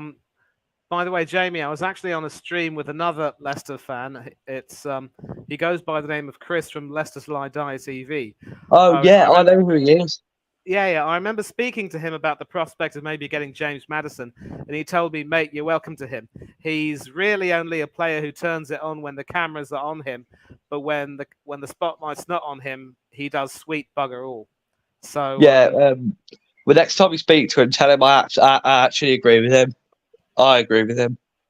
I will, mate. I will. And I definitely wouldn't want to get Tielemans. He's talented, but he's got a reputation of being a bit of a lazy git. My opinion on Tielemans is he's that sort of player where he's good for 1 year, but he's got a good shot, but apart from that, he's slow, lazy. He doesn't run. He can't pass. I don't think he's very good at all. So you've just, augmented my argument, as it were. Yeah, I agree with you. Yeah. I also know Ant from Ant's Leicester fan channel does a lot of vlogs from the King Power Stadium. Oh, yeah. I know him as well. You're a close community, aren't you, lot, you Leicester YouTubers? Yeah. And of course, another thing which might make me very fond of Leicester is you do have a wonderful Indian diaspora and some of the best Indian food in the UK. Yeah, I know what you mean. We've got The thing is with our club is I think our owners. Well, since the father passed away, I don't think the son's as interested as he was or committed as the father was. So I think that's part of the problem. Yeah, I agree. I think. Would you like to see them possibly sell the club if they're that indifferent about it? Yeah, if they don't sort things out, then it might be the best thing. Yeah, but I'll give them this season to sort things out. Like get the right manager in, get the right coaching staff, the right players. Yeah, because if I could just say something, sorry, go ahead, mate. But if they don't sort the mess out or are not willing to spend any money, then just sell. I agree completely. I agree completely. And if I can just say something, you're not the first Premiership champion to end up getting relegated a few seasons later. That happened with Blackburn Rovers. I believe Kenny Dalglish led them to the league, the Premiership title in 1995. But then a few seasons later, they got relegated. And it was another former Liverpool player turned manager, Graham Souness, who got them back up. So you will come back again. I'm certain of it. Just need to make sure that your fans keep the faith. And there's something about Leicester. I don't know what it is, but you're the type of team whose fans completely love the club, no matter what, and it's always nothing but I fun. like them till And the FA Cup final. Till then, since then Oh, I don't I'm like like them that as anymore. well. I'll carry on supporting us no matter what league we're in. agree completely. But in addition, you lend a lot to the league, I have to say. And anyone who talks about the history of Leicester over the years under the coaches you've had, whether it's Martin O'Neill or Ranieri or whoever, I think they can tell Pearson, you. Yeah, those coaches were the types of coaches who really got the team playing some really, really good football. Even Rodgers as well for his first 2 or 3 years was outstanding, but this season it completely went downhill. well, what I'll say Um, about Rodgers is we were supposed to have this elite manager who yeah, apparently was part of was part of some of the best managers. But if he was really an elite manager, he wouldn't have let the club and let the players like this and let all the players' contracts run down. And that's partly Rudkin's fault as well. Rudkin is like probably one of the worst. Like people need to take blame. He's got to take the blame. Rudkin. He's let all these players run out of contracts. There's about how many is there? There's about how many players have we got running out of contract? We've got Tielemans, Madison. Well, Madison's not, but he's got 1 year left in his contract. We've got Tielemans. We've got a lot of players running their contracts down. We should have really either got flogged them at the end of last season, or we should have tried to renew their contracts rather than just leaving it to this point. So I think I think the reason why we're in this mess is because of mismanagement from the owners and the sporting directors. Yeah, I agree on that. Um, so you think you'll come straight back up next season? Well, yeah, whether it's first or second, I think we'll come up through the automatics next season. I don't. I think you guys might get playoffs, but I don't think you guys are going to do that well. That I've loads of your players, first team players, are going to go, and I don't know if you guys are going to invest it back into your team. The owners. Well, Uh, from what I've read, tops after 10 new players. We need a minimum of 10 players, a new manager, new coaches, a new director of football because Rudkin's been apparently gone and Whelan's going as well. So it sounds like we're doing a refresh, which I think we'll probably do I'm thinking we're going to do like a Burnley or something. And maybe come straight back up first time I'm asking. yeah, could be. Um, but yeah, I just don't think so. So yeah. The problem I've got is if we don't invest and if we don't get the right players in, we could drop another league. That's the problem. That's what the championship's like. what you need to do is get rid of Danny Ward. That fellow, I don't know how he ended up being, one of Wales's three I don't know how goalkeepers. he's a Premier League goal. I don't know how he's a Yeah, professional goalkeeper. I literally yeah, don't. yeah. I mean, that guy's absolutely pants, to be honest. He's what League Two, And League Two standard. keep watching, boys. Keep watching. Keep watching. Uh, He's League Two standard at most. Danny Ward. I'm sorry, but I don't know how And it Daniel is Everton's a 1-1. backup to him. 1-1 way. Let It's me see the score. 1-1. And But as I was saying, Mourinho.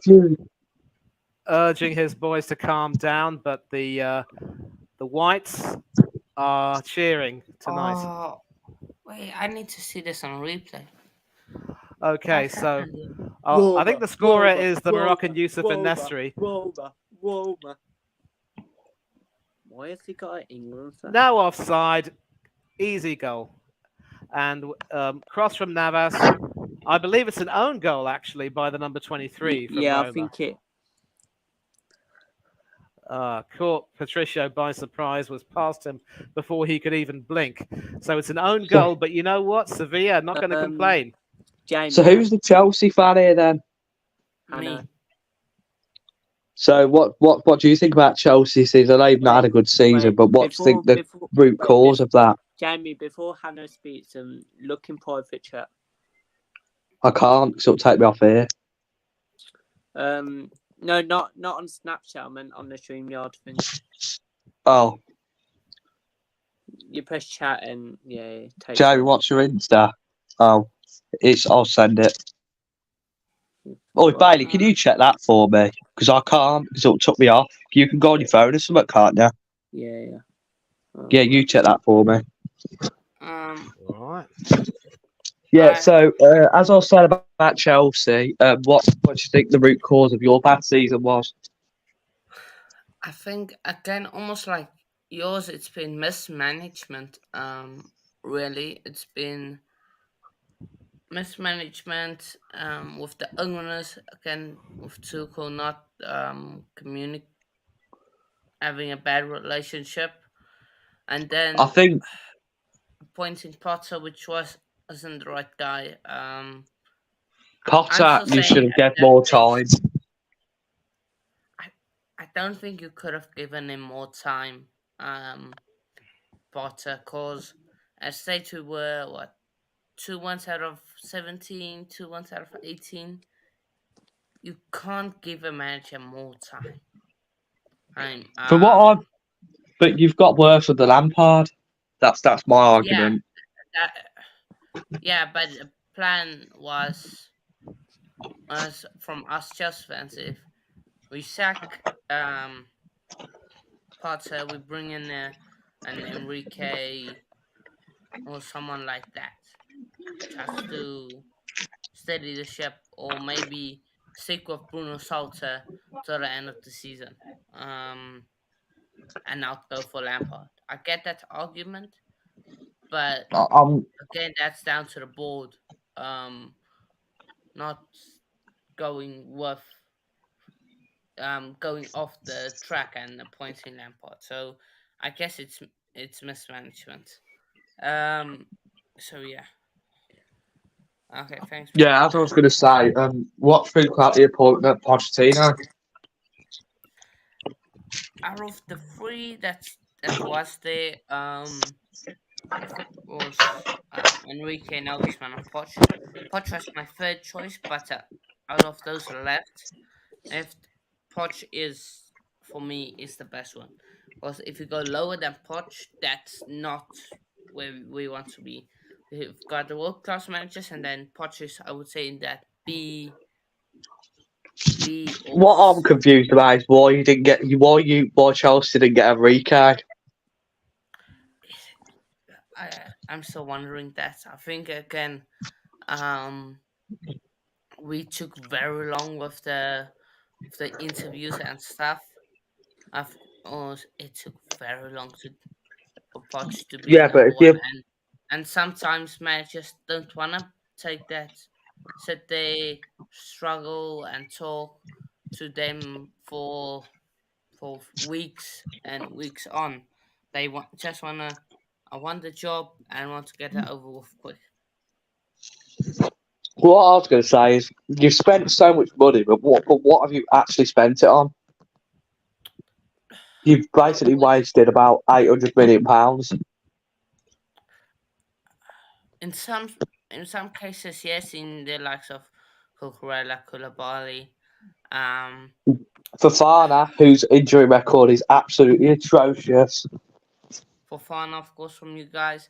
I wouldn't say he's been horrible, but he has definitely not lived up to expectation.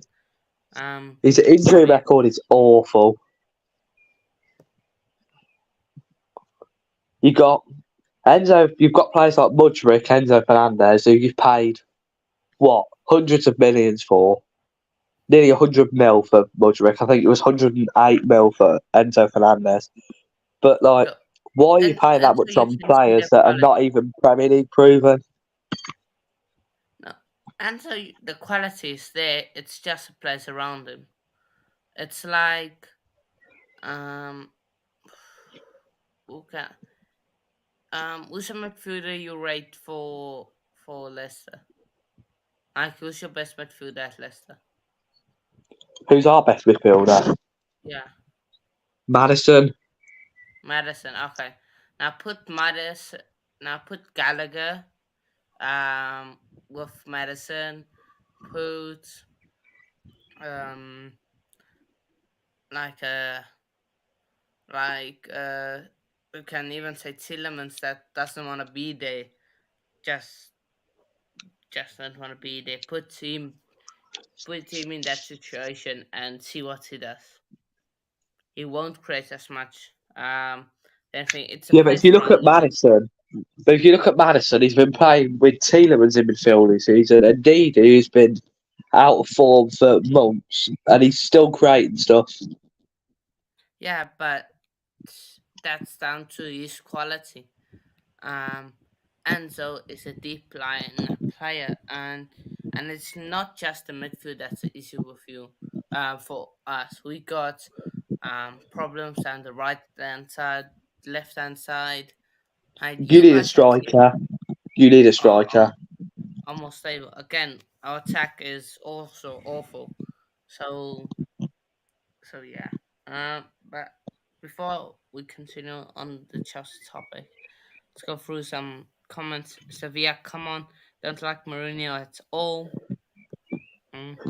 We're doing also Watchalong later, and quality under 20 matches too. Fair enough. Yeah. People joining to his channel. Yeah. Um, So anything? Now we're going on. Now we're finished the topic of Oh, man. Chelsea. What do you think about Arsenal? Obviously, um, being top and then throwing it away at the end of the season. um, Biggest bottle job in history. Oh, you're speaking to Hanno. Sorry about that. Now go on, Manny. You're the awesome fan, yeah. Yeah, that was one reason why I would say that our season has not been as good as expected, because it's one thing to end up with exits from the cups as early as we've had, because uh, cup matches in any tournament a bit like crapshoots, especially if they go to penalties. But to put our energies into winning the league, being top for so long, having people say, "Look at us, we're doing so magnificently. You need to respect us," and then we completely, slip up and fall down. It was just awful. We were 8 points ahead, and we end up losing the league by about 6 or so points. Disgusting. Yeah, And I agree with you there, but I've got another thing to say. I know a lot of Arsenal fans have been criticising Arteta. What's your take on that? I agree with the criticism. I mean, he doesn't have a plan B. He does know how to set a team up quite well. But when it comes to in-game management, for the most part, he is found. He's been No, I found know what you wanting. mean. To be an elite manager, you have to have a plan B when plan A doesn't work. But which Arteta, I think, lacks that plan B when the plan A's not working. Absolutely, mate. And in-game management, I think his substitutes are not that good. I think he sometimes makes substitute too late on in the games. Yep. But And I agree, he knows how to set up a team, but it's just like he's not got the in-game management to be an elite manager yet. But he's still learning, isn't he? Like you say. agreed. But then, we're not the sort of club that should be in the business of hiring managers with no experience to allow them to serve their apprenticeship and, try and learn on the job, because what's going to happen to us in return? We've got Joe coming in. Evening. How are you, mate? Yeah, listen, I think we got to add you on. Yeah, there you are. There you are. So, Hi everyone. Sorry, I'm on my phone. Sorry about the quarantine. Everyone. no, it's all good. It's all good, mate. How are you? Yeah, not too bad. It's been all right fun actually. What about yourselves? Yeah, typical European final. Cagey at first, a few moments of brilliance, a few moments of inspiration, a few meaty challenges, some bookings. That's a European Yeah. final. Oh, Exactly. Joe's here. Yeah, all right, Jamie. I haven't actually spoken to you, Joe, since we went to Royston. I know, right? Are you looking forward to Leicester Ipswich, Jamie? Yeah, I'll probably be going. To be fair, Yeah, I'll try Foul and get there tickets for by the Portland Road Rakitic. one. So. yeah. But, Joe, who you support? Did support Bailey? Chelsea. Did Joe know that Tamworth ended up winning the league? Yeah, Bailey's told me. He supports Yeah. Chelsea, Hannah. So, Joe, how do you Oh, think no. Chelsea been That's playing good, this Chelsea. season? Of course, they've How been Chelsea played this season? yeah, they've been absolutely shocking. You spent Yeah. Bailey, don't get too big for your boots, mate. Yeah. of course, It's yeah. only Conference League. What do you think? Yeah, of you're in. Come on, Bailey, you're in like the fucking Oh, a huge. conference. I was to say to Bailey, even one of your players is not confident in the Yeah, you Conference just League. missed. You boys have just missed a huge highlight here. Free kick has come in, and the goalkeeper Bunner is down injured. But free kick into the area. Dybala might perhaps have wandered a bit How offside. the heck has Uh, he missed that? Huge save there from Bono, but it just went through him. And Ibanez there with a rather, you know, Oh, I think there might be appealing for a handball in the area. Maybe we're just going to take a look and see. Maybe VAR just saw might look it. at that. Huh? But Excellent free kick. yeah, Joe, what do you think of Chelsea this season? Of course, What do I think of Chelsea this season? I think at the end of the day, I just think you got to think it's Todd Bowley's first season there. Oh, great save! Oh, sorry, I'm on the Bono bit. What are you talking about now? But And They no, now with it's Chelsea, now of course with Chelsea, you just got to think it's Todd Bowley's first season at the club. Yes, he's overspent massively, but like now, I just think with this summer we've got to get rid of a load of players, and you know, with Poch coming in, he'll have time to establish who he wants in the team, who he doesn't. Obviously, there's been talks of Hudson-Odoi going to Lazio, Kovacic Yeah, but going to Man City. sorry to interrupt you, Joe. But how do you know that Todd Bowley's going to give Pochettino the time that he needs? How do you know that? Well, it's not how I don't know that. I want that to happen. I think Poch is the sort of manager that will hopefully. He needs the time, though. He's not going to be an instant Exactly. impact. And the I thing is, think which it, will it work well, definitely Jamie, needs the is that time. Poch will say to him, "Look, get rid of these players. I don't want them on my club." You know what I mean? in my Like- opinion, I think you should get rid of Mason Mount. I think he has to leave your club. He's absolutely a shocking player. And Kai Havertz. If any of the Chelsea players was linked with Aston Villa, I would say I don't want any of them near our club. I think Mason You Mount will. is So, shocking. mate, here's a question: would you not want Reece James? That's fucking. You know, yeah, that's a good point you make there, mate. But here's the thing about James: he's been injured far too often. You have to wonder if any club might want to, take a gamble on him with his injury record. He might need to get back to full fitness, and then maybe he'll be an option. I do like Reece James, him over TAA any day of the week. But I think Pochettino, according to reports, has already, laid down the law. I think he's made it clear that he doesn't want João Felix to remain at the club. So he will start wielding the knife. Don't you worry about that. I'll be back in a minute, guys. I think as well. Like I think we've also signed Malo Gusto from Lyon, and I think that will give James sort of thing like if you're not fit, Gusto can come in. Like 9 times out of 10, we've had Azpilicueta at right wing back or Loftus Cheek. No offense to Azpilicueta, but he is a Chelsea legend. But it's now saying it's time to go, mate. You know what I mean? I agree completely. And Loftus Cheek's obviously linked with I know. AC Milan. I know Aston Villa linked with Felix. I don't want him to be fair. I think he hasn't been, of course, good at Chelsea. But I Mm. think he'll go back to like who did he He'll come go from? back to he'll go back to Atletico. Yeah, I Yeah. think he'll go I back think there. if James has another season where he's got loads of injuries, next season, injury after injury, I think we may need to cut our losses. Mm. Yeah, We need to start thinking about it if it's another season like this season.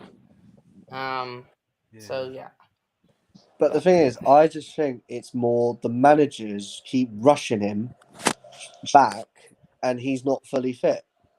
It's Exactly. the same. I feel like that's the same with Kante because Kante on his day is brilliant.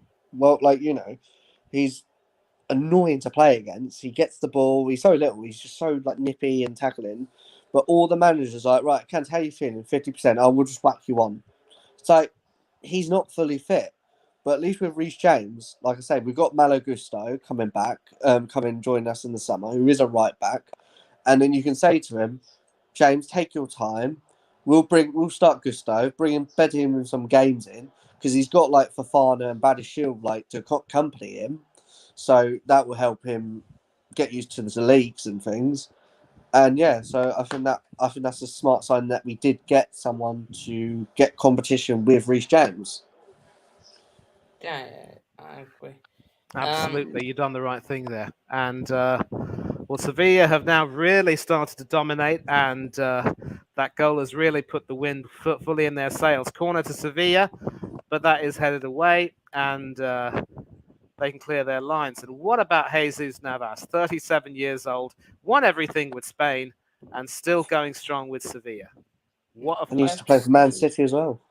Yeah, Oh yeah, mad, Moss isn't it? says nobody wants a Tottenham or Chelsea jobs with so much owner interference. Nobody wants Enrique with so much. yeah. doesn't I'm want actually going to. to sort of disagree there because I think Mourinho was one of those managers who made it clear that he didn't want to, want too much interference from Abramovich. I mean, Abramovich was very eager that Mourinho picks Shevchenko a great deal, and Mourinho wasn't willing to do that. Mourinho Mm. was successful. I think because he stuck to his guns a bit too much. I think Abramovich fired him the first time. There's a Yeah. video on YouTube which is quite popular where Mourinho, sings rendition of Joe Dolce's hit "Shut Up, You Face" to Abramovich. You might want to look that up. It's really, really hilarious. Oh, nice. Manny, what do you think of this comment? Arteta is the one. Think of El Jacker will be more adaptable. Help Arteta gets the plan Bs and subs better and adjust formations better to suit. One Agree thing with I'm going to everything. say, Agree with everything except the first part of the statement. Arteta's not the one. Go ahead, Hannah. Yeah. one I thing just I'm think with going to say Arteta is though, that 3 years to do this, three and a the half thing years is, the thing to is with Arteta, get I, he's here and there with me, and I think at the end of the day, I think the reason why Arsenal didn't win the Premier League is because he keeps playing his favourites, like Bukayo Saka and things like that. And after the England Ukraine game, I felt like he was a bit tired, and that for me was like you should have taken him off, really. Not taking him off, Exactly. but giving him like a little rest. Do you know what I mean? Like bringing someone like Reece Nelson and things like that. And Absolutely. when you get Saliba coming in, you should have thought of this in January and think, right, if Saliba gets injured, we need someone coming in. Rather than you got that key warrior, whatever her name is. Okay, he could be one for the future, but you need someone who's can literally put in a shift in, doesn't get nervous, who's in the who knows that experience of the pressure in the title race. yeah, yeah, but I, It's just one of I those, really. just think it it comes down to the mentality of all the teams.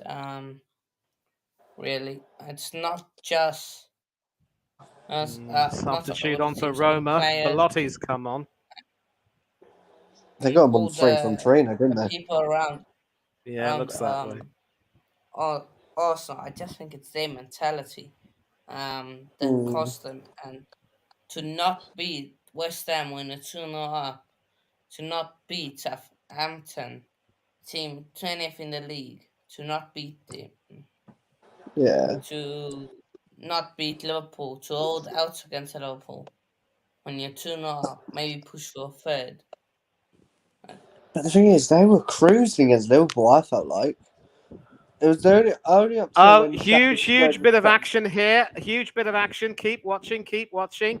It looks as though Mourinho is not happy, and there's a reason. Keep watching. Oh, okay. Yeah, I'm on it. I'm on it. Yeah. Let's see. I just think, I don't know, it's just... I mean, don't get me wrong, I think Arsenal do need to spend. I think it's good they got top 4 now, because then they can attract the players. Oh, Ibanez. What? No way he's given that to Pan. Well, it's Anthony Taylor. Wait. He is going to check that, though. It might not be a penalty. He had to check that. Anti Taylor is absolutely shocking me. Wait, let me see this. He's fuming, Mourinho. Look at him, he's not having it. He's going to his monitor. If it gets to the modesty, it won't be given. Nah, he did touch him. Yeah, I saw some contact with the shins. Let's see what happens. Nah, I got the ball. I don't think he gets the ball, but he goes down to... He has to get it. No penalty. I think he's trying to get the ball first than the player. I feel like he's okay, to be fair. Yeah. Normally on a watch-along, I do some commentary, but, given that I'm a few seconds ahead of the boys, I didn't want to be a spoiler. But, yeah, he got the ball there. Good stuff from Ibanez. And I'm a bit surprised that Ocampos wasn't booked for diving there. He booked Pellegrini in the first half. Yeah, he got the ball, but there was some shin contact. So the fact that Ibanez got the ball was what saved him. Good defense. I think as well. I think it's because on VAR sort of thing. I think that's what's also saving him. So if you're Pellegrini, obviously that wasn't. You could that was clear as day. That was definitely a dive.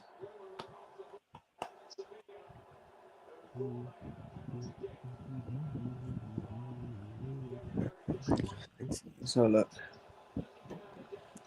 Show who's sorry. I'm really sorry. Hannah, I'm really sorry. I'm just reading the comments now, buddy.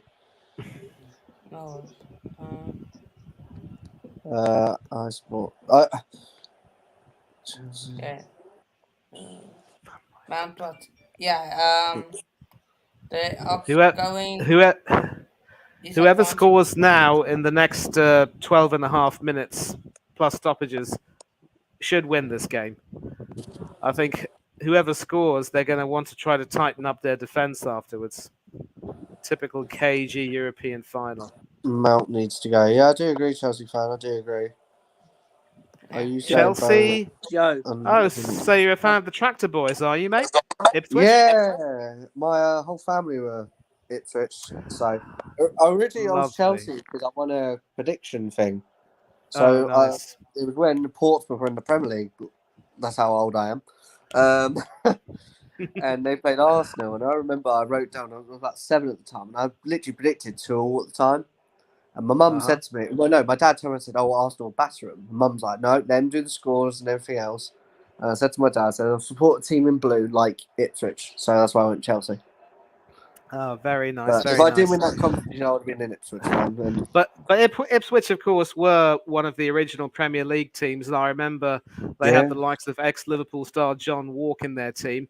I know that Chris Kouamia went on to play for Arsenal, as did a certain Richard Wright. Yes, Richard Wright, yeah. I mean, I don't know if he retired quite recently. He was at Man City, wasn't he? Yeah, doing what Scott Carson is doing now. Just Right, Scott Carson's down the time. Oh yeah, Craig Forrest, Canadian legend, played for Ipswich Town. That's Chris Mossing from Across the Pond Sports Talk. Canadian, and obviously he remembers Forrest. Yeah, Paul Mariner as well. Oh yes, Paul Mariner. May God rest his soul. We did it for him. We did Plymouth as well. They did promotion as well. I think Bowley most likely is interfering. Are you saying Bowley and Levy are not interfering? Of course they have. I mean, no, I'll say that. I think with Bowley, it's like, I get you're alone and things like that, but obviously with Bowley taking over, he wanted to do everything, and it's like, mate, you're just an owner, just be that. And when he came into the dressing room 9 times out of 10, it got to the point it's like, you don't need to do that, you know, because you basically upset the morale and also you signed too many players. Yeah, I'll tell you what. The ideal owner would be not so Todd Bowley, but definitely not so Stan Kroenke. You don't Yeah. see that idiot getting involved in any of our matters. He probably doesn't even spend Does he too turn up much to your money. games? Huh? Does he That's the turn up to thing. I your mean, games? Josh has come for a few, but that's pretty much it. Nothing from Stan. Yeah. All these American owners care about is their American teams. I mean, Yeah, a lot of true. talk has been made about how Kroenke's American teams have been so successful. Maybe it's time for his English football teams to be that same way. But believe me, the way he's behaving, unless he spends more money, I can't see that happening. Yeah.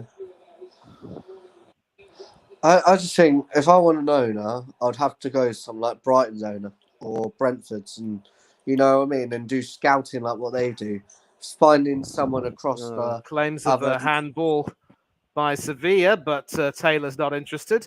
But he does award a free kick outside the area. Right, I'm just gonna get going, guys, because my little one, he's right there, my little Hendo, he's my dog, my little bulldog. Oh, lovely. Hello, Hando. How are you, son? Good? You good? You're a bit tired, aren't you, mate? Yeah, So, yeah, he is. we're gonna take him just for a bit and see if he needs to go to the toilet. So lovely meeting you guys. Take care, everyone. Bailey, about your message, I'll let you know on the time because see, I'm staying around my parents' house, so I'll let you know. That's fine, So mate. right, take care, Yeah. everyone. All right, cheers, mate. See you soon, yeah? Right, yeah, see you soon. Take care. Bye. All right. Now the check is over and there is no penalty, but it looks as though a manager might be getting booked.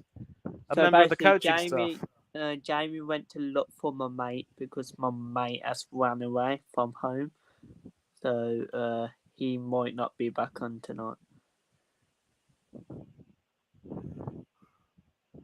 Yeah, well, it did. Now, here's the thing: the ball did strike number 20, Fernando, on the arm, but it wasn't deemed to be in an unnatural position, so no penalties awarded. But there is a free kick, and if Roma score from this, they could go on to win.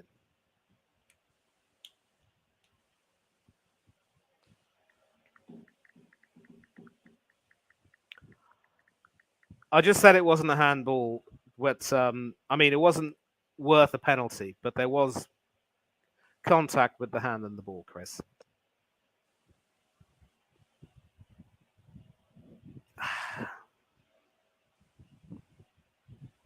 Chipped into the penalty area, and that was not far away. The super sub Belotti over there. What a routine that was. And sadly, he just couldn't get it on target. But what a great routine. Bono was beaten hook, line, and sinker. But sadly for Roma, the goal. Well, it looks as though he got a fingertip on that. And if he did, good save indeed. But I believe that went unnoticed, and it is a Sevilla goal kick.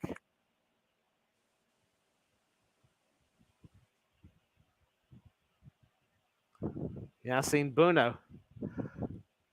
Never really rated him, considered him to be a bit too inconsistent, but he has definitely matured into becoming a fine keeper. Foul on the number 23 Mancini, who scored the own goal. Eric Lamela, the guilty party. Of course, Arsenal fans have reason to remember him for that Rabona goal he scored. I believe that was at the Emirates. We still won that match.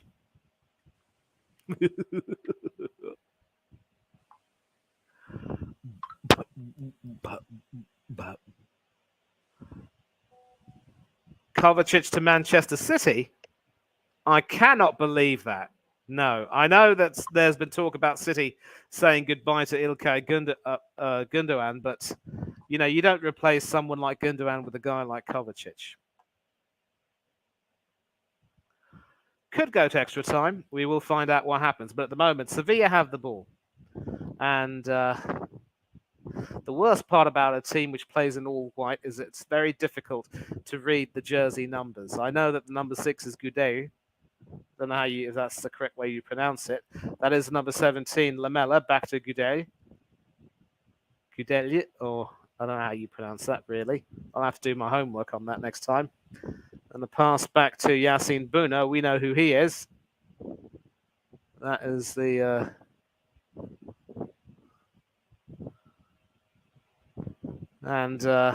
no foul. The referee plays on, but Sevilla get the ball back.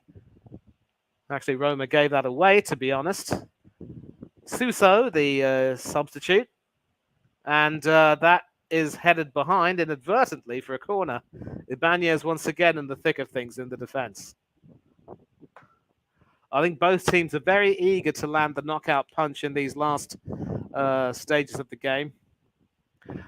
I'm pretty certain that shot wasn't really going to trouble Patricio in goal, but Ibanez wasn't going to take any chances. Good old school defending. Although if Sevilla do score from this corner, then,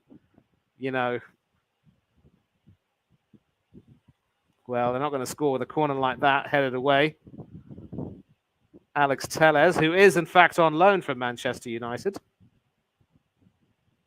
I don't think he played against United when Sevilla and United locked horns, obviously. Nesri trying to head that, but that is cleared away. And Suso back to Tellez. Fernando. The captain, Jesus Navas. And obviously, I believe that's a Campos trying to make something out of it. And he throws it to Navas. Back to a Campos now, who, of course, had a penalty shout that was overturned on appeal. Ibanez once again.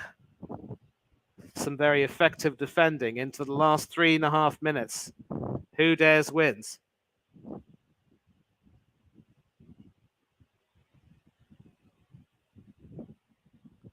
Throw into the penalty area, but that is easily headed away. But can Sevilla win it back? Yes, they can. Try and attempt to send it forward to a Campos, but not the best of passes. I'm not sure what Alex Tellez was trying to do over there, but that is Roma throw.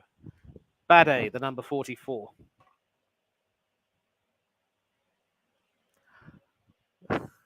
I'm not too sure if he's fallen asleep, and I think Bailey's also left us, Chelsea fan, but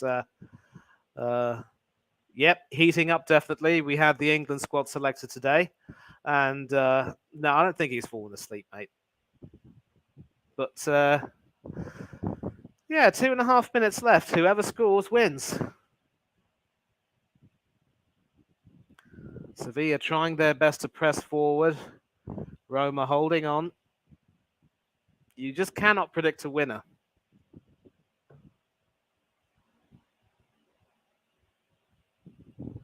And another reminder that you have got on a play to the whistle.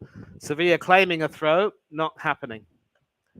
And Roma trying to press it forward, but a good header there. Roma still get it back though.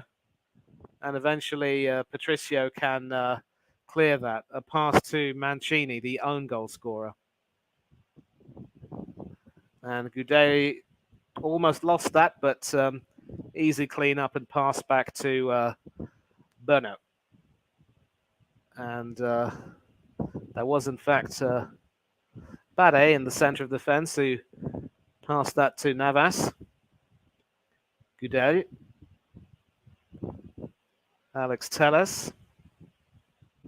Now with Lamela, back to Tellez. And now that is the captain, Navas, who tries to drive the team forward. All 37 years, former Spanish international.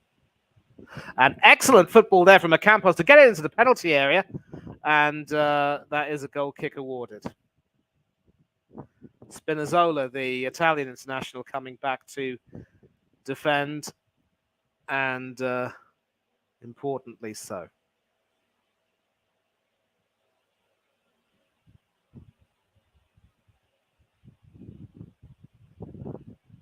great work there from Spinazzola, and even the campus knew that he couldn't quite get it. So 20 seconds to go before stoppage time, and we will find out how many minutes are being added on. All likelihood this could end up going to extra time. I could predict a winner here in extra time. Sevilla throw.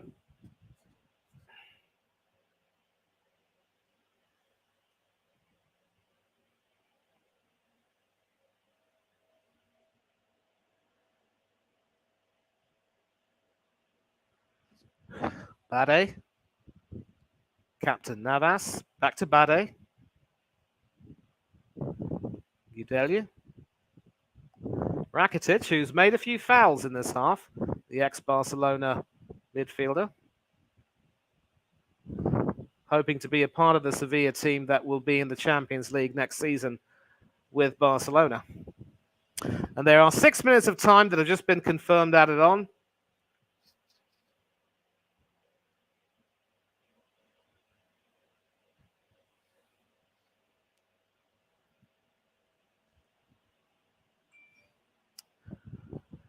Rakitic with an important intervention there, and it is with Navas. About 5 minutes to go before the end of this second half. And a great ball from Navas, who has been nothing short of inspirational for his team. Ocampos, Suso, sending it into the penalty area. Anyone on the end of that? Well, it was a header. I think that might have been Nesri who got the final touch, and that should be out for a goal kick.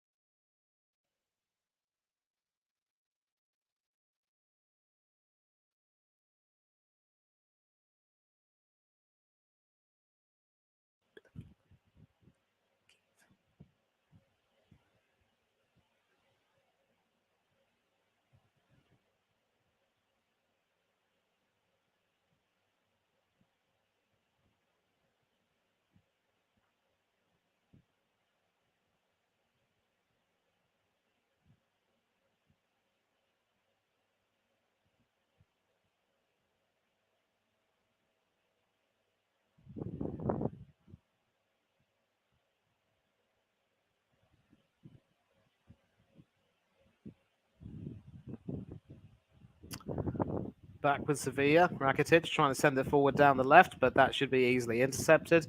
I think since Pablo Dybala went off, the Roma attack probably hasn't had that much in terms of bite. But Belotti there could very nearly have won it for Roma.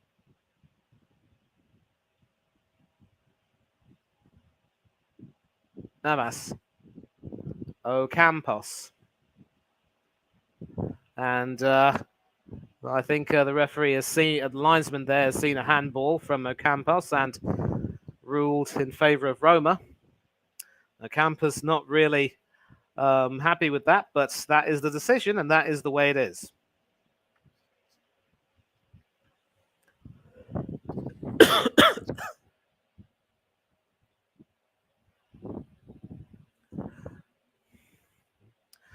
Yeah, that's your answer. He's away for a few minutes, but sadly, if it goes to penalties, he can't be on.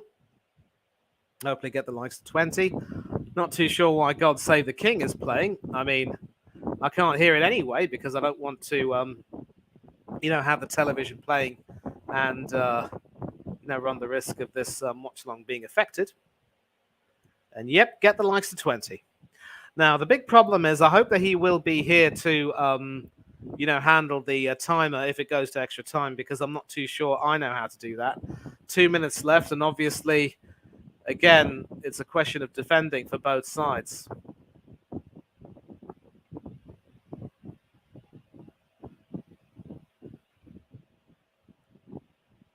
Udale with a rather desperate-looking header, and all Navas has to do is point that away with his right foot.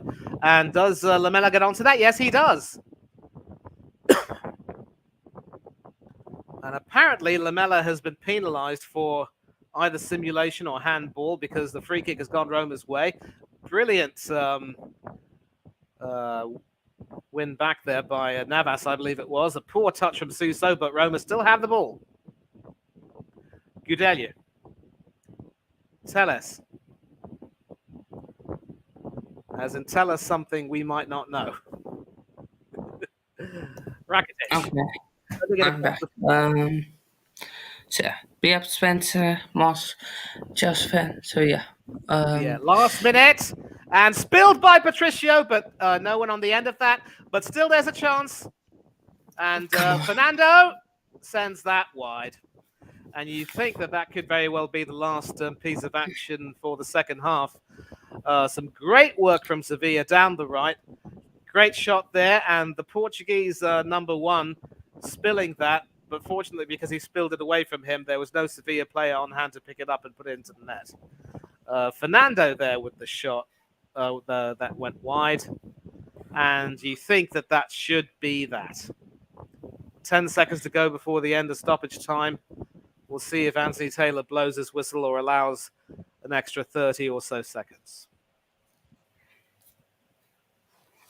Yeah. Well, it looks as though he has blown the whistle. 6:03 was the official time in which it stopped. And yeah, like I said, I'm glad you're back because I don't know how to handle that little ticker you've got going there. But if it goes to penalties, I'll take over till the end, yeah? Yeah. The time, I think I'll sort that out. Right, so the story, of course, is, and I will just change the banner. Okay, 90 minutes. So yeah. Brook Norton Cafe straight into starting for England.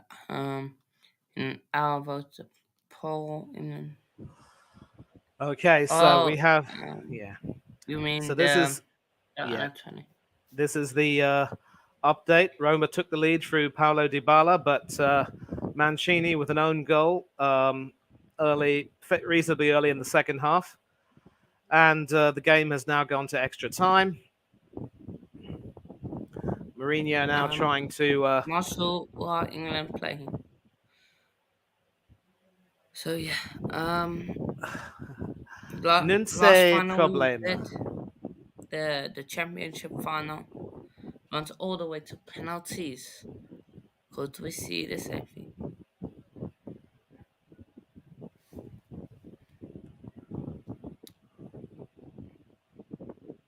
Right, so we're seeing the goals again. Dybala with a beautiful piece of opportunism, a left foot shot past Yassine Buno to put Roma 1-0 up and give the Italians a great deal of jubilation. Mourinho hoping for another Europa League trophy, emotionless as ever.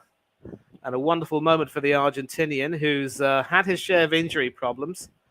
But then Sevilla, to their credit, coming back strong across from the area and unfortunately poked into his own net by Mancini.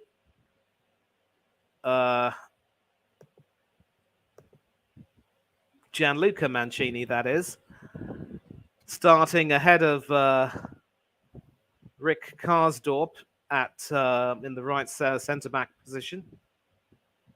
And it is, of course, Zeki Celik, who is the right wing-back in the 3-4-2-1 formation with Spinazzola on the left.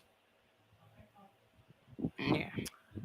Other subs to come on include the former Liverpool midfielder Jorginho Wijnaldum, also former captain of the Netherlands before being replaced by Virgil van Dijk. Just one thing, comeback kings when it plays Sevilla.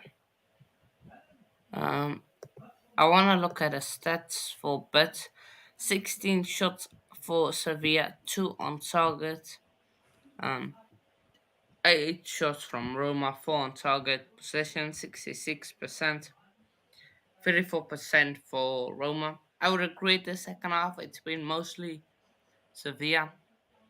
Um, so yeah, fouls 16 from Roma, 15 from Sevilla. And 4 corners of Sevilla, 0-1 from Roma. Um, yeah, I would agree with the stats. Of the possession, definitely. It's been all Roma, really.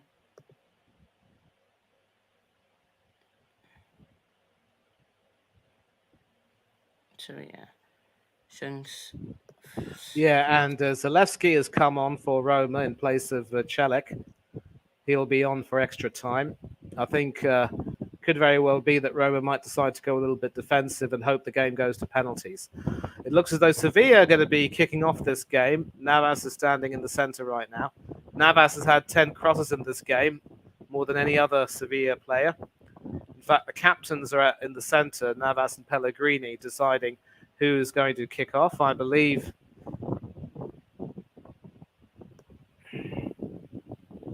well, it looks as though, as they did in the first half, Roma will be starting first half of normal time. Roma will be starting the first half of extra time, attacking from right to left, and it is Pellegrini who is in the centre of the circle.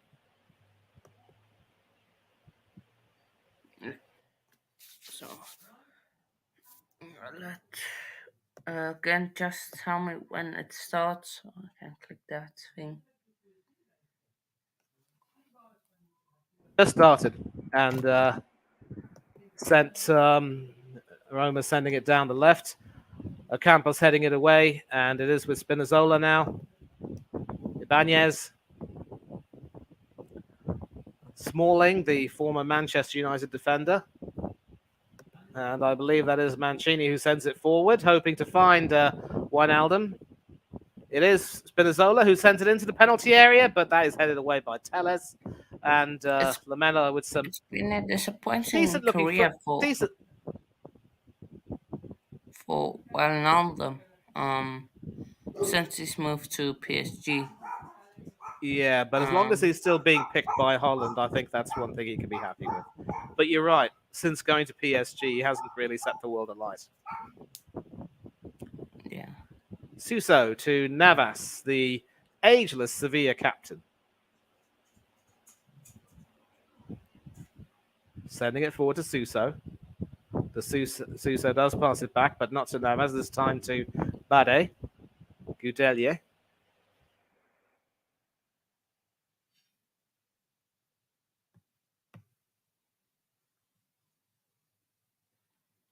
So of course we got. They were reported that the Saudi Arabian club offered Karim Benzema a deal, but it turns out it was a Saudi Arabian government that made the offer to sign Karim Benzema, not the club. The player be able to choose what team he plays for. This is according to a Spanish journalist, El Mundo, I believe. This includes 100% image rights, pick a club and a city, commercial deals, any luxuries he wants, a 2-year deal, and no taxes. I don't know how true that is, but if it turns out to be true, what's a what's a deal?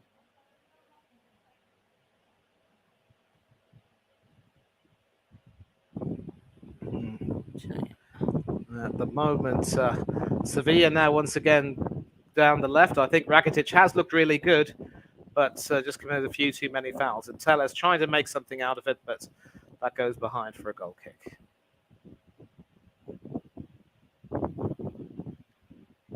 Nasseri, of course, famous for scoring that goal, which ended Cristiano Ronaldo's World Cup dream. Maybe if Rui Patricio had been in goal instead of Diogo Costa, that ball wouldn't have gone in.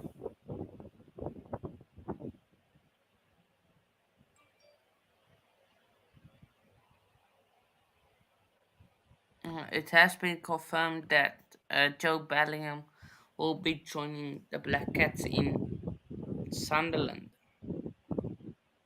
You mean Jude's brother, right? Yeah, he will be joining them. Maybe he'll try to get them promoted this coming season. And there's a Sevilla defender down. I think he landed rather awkwardly. And Sevilla are going to make some substitutions. It is Montiel and Rekic who are coming on. I believe the Sevilla coach wants to have some fresh legs in the defence. Telles is, in fact, coming off to be replaced by Rekic. Telles has had a good game, but I think might be starting to show some signs of tiredness. And Gonzalo Montiel, of course, who was Argentina's backup right back to Atletico Madrid's Nahuel Molina for the World Cup team, will be coming on. And the inspirational captain Jesus Navas makes way for another Argentinian World Cup winner. So the big question is, who has the captain's armband?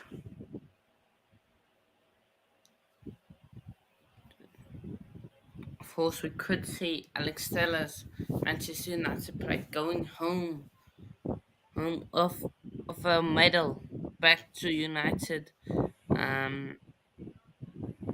After, of course, Sevilla knocked them out.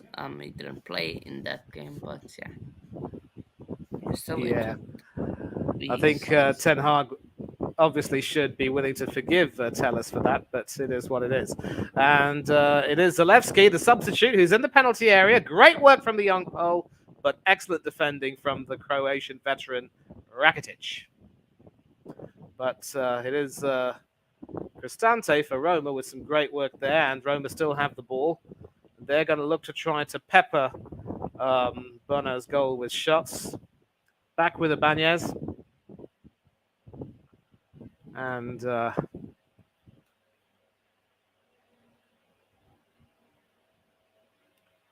down the right. Confirmed, Eric Tillemans is a free agent.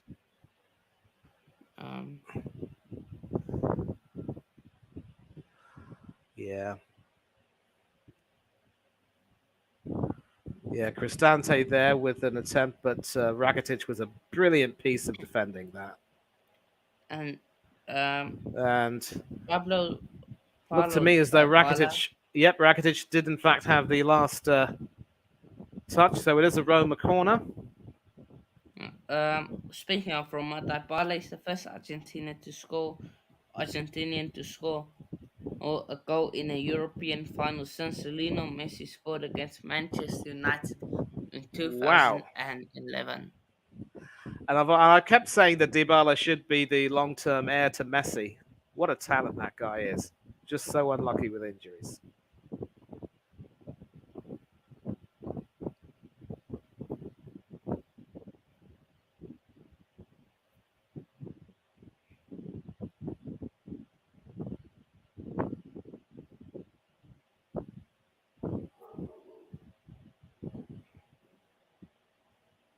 So yeah, you go. And that is headed and well kept in play by Ocampos, who passes it to Suso. And that is Rakitic in the middle, who finds his man eventually. And we see Suso coming in and retrieving that. That is sent out wide to Rekic, to Fernando. Italy has scored a goal in the under 20s World Cup match. You mean, is that World Cup or European Cup? Oh, World Cup. I think World Cup. I think. Yeah, World Cup. Yeah. You're right. Under 17s are playing Euros. I'm on 162. What do you mean by that? Okay, Suso now into the penalty area. That is headed away by Smalling. Smalling coming up big there with the header. Come Or on, was England. that, yep. I rarely cheer for you, says Moss. Yeah. Okay. What I'm going to do is I'm just going to make the time a bit bigger. There we go.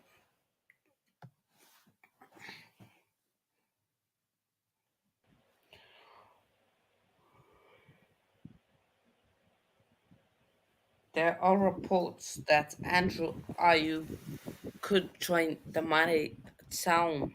Um, so Could join who? Luton Town.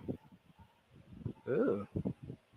Well, certainly if he plays against Crystal Palace, that would be very interesting.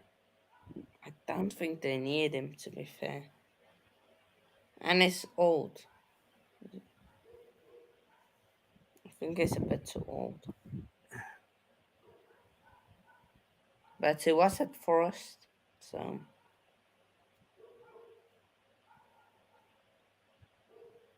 you could see. And that will be a foul on a Campos by Spinazzola and a free kick to Sevilla. This game just dying a bit down, but that's expected in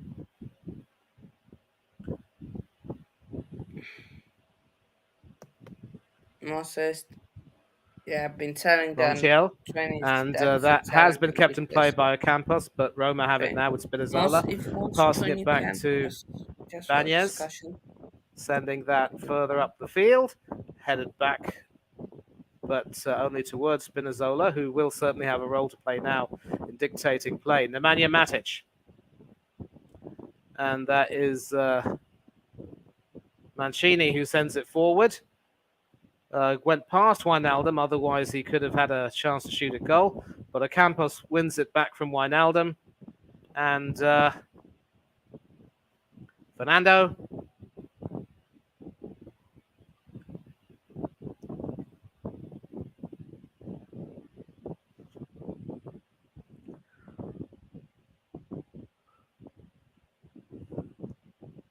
So, yeah. Let me just fix the time thing. Okay. What I'm going to do is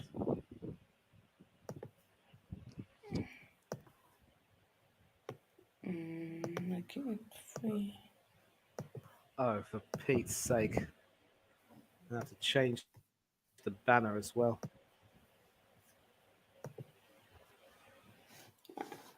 I think just leave it like that. Just remove the full time. That's, Thank yeah. Don't worry, I've got it. I've got it covered. Yep, and still no joy for Roma. And it looks as though Matic has got a bit of an injury. Gingerly walking.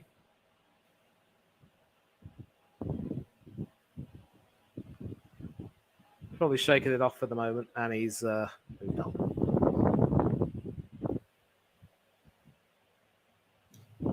And one of the managers, Chelsea, was interested in I don't know how to pronounce his name. Former Celtic manager. Ange Postecoglou. Yeah, him. Tottenham are interested in him. Chelsea are also interested in him. He was reported to be on the shortlist. So. Okay, beautiful work there by Spinazzola. Passing it through, but nobody on the end of that. An attempt from, I believe, that was Pellegrini to try to win that back. I think that's good. 40 million for Kovacic. Close towards the age of 30. No, why? I get that City might be talking about letting Gundogan leave, but with all due respect to Mateo Kovacic, I know he was important for Croatia in the World Cup, but he is a bit of a step down from Gundogan, if you ask me. I think on his day it could be good. It could be good. Okay, so Bade again, passing it back to Bono.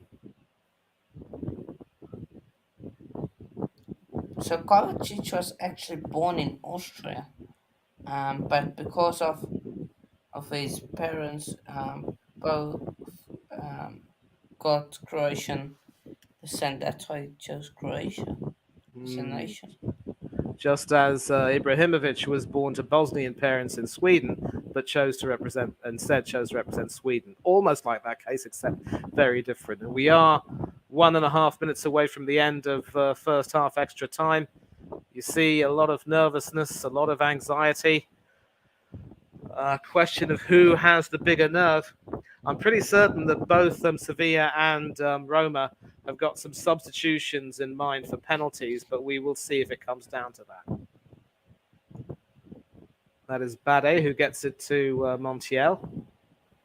Back to Bade. Sends it out left to Rekic, I believe. Finds Lamela, but under pressure from Mancini, and that will be apparently Ann Taylor's given it to Sevilla. Bit of a surprise. Rakitic now with the ball. And to also Bade. news around Chelsea. Chris Jurasek, I think.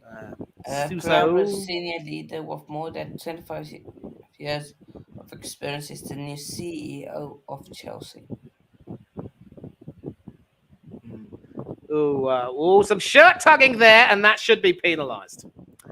And a booking there for the young Pole. You do not do that. No, sir. Because Rekic was actually making some good progress. I think Taylor made it crystal clear that he was not too holding on to him, holding on to his shirt. A well-deserved booking. Instead of opting to play an advantage, Taylor decided to stop the play and award a free kick. Maybe some good defending there from Matic, shaking off Rekic, but ends up conceding a corner. And there are 2 minutes of added on time at the end of the first half of extra time. Mourinho has some pictures, scribbling furiously.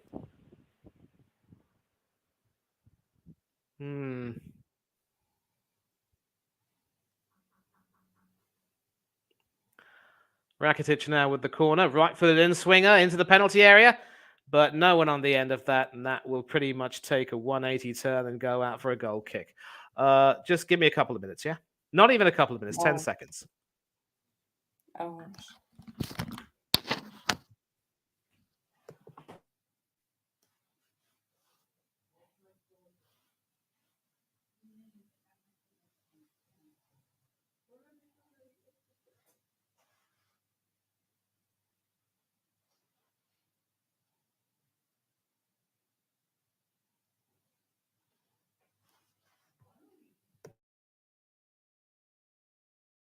To switch, just have to do something with the fan. Switched off for a minute, but it's back on. 30 seconds left, and Patricio sends it long, headed forward by Cristante, but rather awkwardly sent out for a throw-in by Bade. And it really is a case of who dares wins at this point.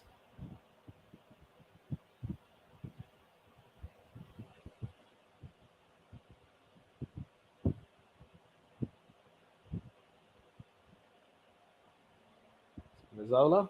And the referee has in fact blown the whistle. So at half-time and extra time, it is still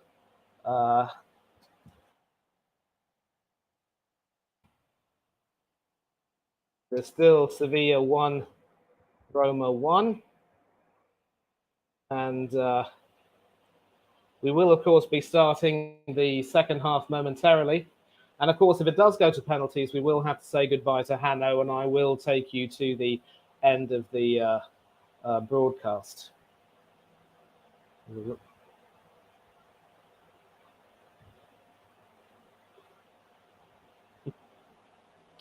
Yeah, I'm pretty certain that Joe Hart, who was at Tottenham for a season before being told to leave, will tell Angie to avoid Tottenham like the plague. So sorry about that, Chelsea fan.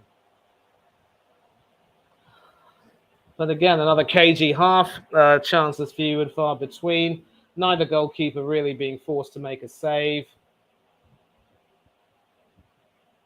It's a question of which team has the greater stamina, but I do get the feeling that Mourinho will be preparing for penalties, as will the Sevilla coach. Now, when it comes to penalties, as I said earlier in the stream, both Rui Patricio and Yassine Bouno, internationals for their countries, also happen to be very, very good penalty stoppers. Bouno is, of course, well known by fans of the Spanish national team as the guy who sent them tumbling out of the World Cup, saving all their kicks. Spain couldn't score from the spot that day. And Patricio, of course, European Championship winner with Portugal. Surprisingly dropped for Diogo Costa for the World Cup, but I believe he has since regained his spot as number one under Martinez. I really don't see what the big deal with Da Costa is. Maybe a good sweeper keeper, maybe good at playing with the ball with his feet, but you know, as a goalkeeper, I like my goalkeepers to be goalkeepers first and foremost. If you could learn a good skill, so be it. And Roma bringing on another substitution. It could very well be for the end of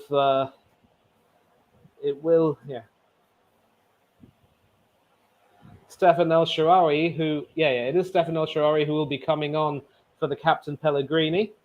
And it is Diego Llorente who has come on for Leandro Spinazzola. So no appearance in the final for Rick Karsdorp. El Shaarawy, of course, youngster, was once upon a time a regular for the Italian team, but hasn't really been in Mancini's plans for a long time. But still trusted by Mourinho at Roma. Reckon. Roma have just kicked, Sevilla just kicked off, and they're attacking from right to left as well. It is back with Bono, who gives it to Rekic.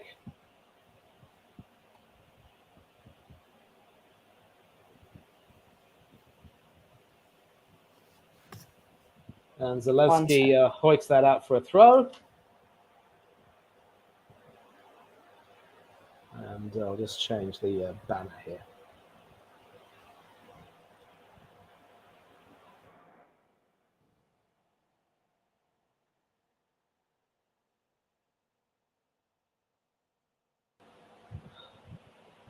Still no more goals, but excellently won by Rekic, who sends it forward to En-Nesyri on the left. En-Nesyri has some work to do to get that into the penalty area, but good defending prevents that from going in. But Rakitic gives it to Bade. Sevilla can still attack from the right. Maybe they don't have that much bite with Navas gone, but Montiel is no slouch. And that is a corner. So some good work from the Argentinian World Cup winner. Shaarawy there having to defend quite desperately. A short corner, which will probably be sent into the penalty area. Nobody really on the end of that, but it is with Goudet, who can try and shoot from outside, and he shoots it wide.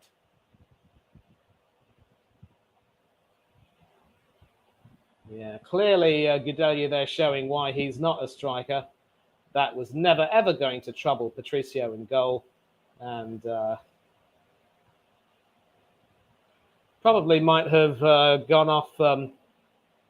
Maybe if Rekic hadn't gone out of the way, it could have actually bounced off his hip and deflected past Patricio in goal. The fine margins. Sends it into the Sevilla half. And Sevilla able to retrieve the ball, but Roma win it back. It's Zalewski now who can try and send it down the right. Doesn't really do very much with that, though. Trying to send it forward, but I think it was Cristante who would run forward. Wasn't going to get that.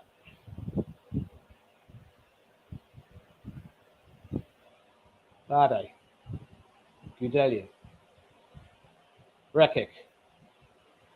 Rakitic. Back to Goudet.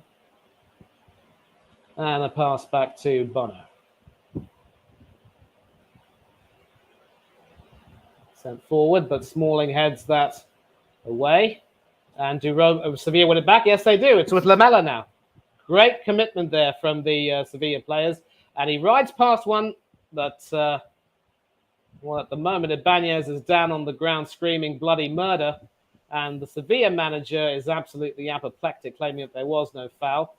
At the other end, Fernando's clutching his hamstring. So yeah, man, sorry to interrupt it, but I'm going to go now. So That's yeah, fine. So I'll tell you see you what, you as soon as this ends, I'm just going to have to get rid of the ticker because we don't need it anymore. Okay. yeah. That's fine. Okay. So bye, Hannah. Thanks a lot for hosting the Bye. stream, and I will take it until the end. Yeah.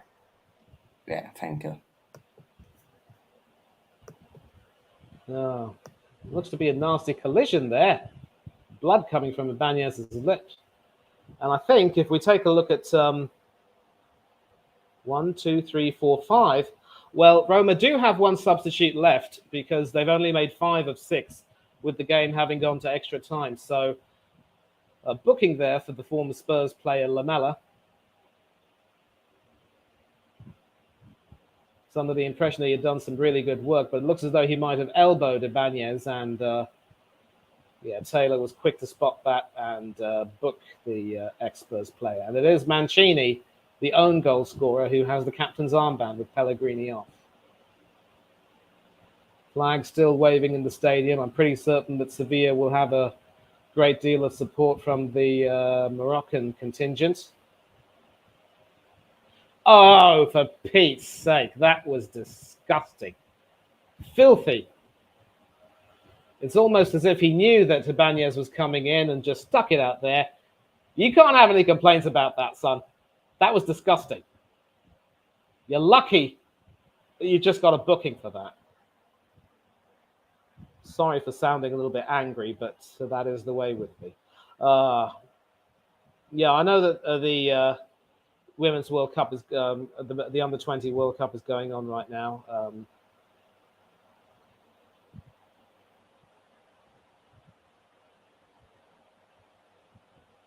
Sadly, of course, I'm not able to watch that. I don't know if it's being shown on another channel. Sports 18 over here in India, which broadcasted the World Cup, are showing highlights from the SA 2020 Cricket League. I do not want to see that rubbish. Cycling World Tour on Eurosport, and nope, sadly, no coverage of the Under-20 World Cup. My kingdom for ESPN. And a very ugly-looking wound there on Ibanez, rather. I don't know if he's going to be brought off. I don't think he might need to be, but if he is, this could very well be the time for Rick Karsdorp to come on in his place.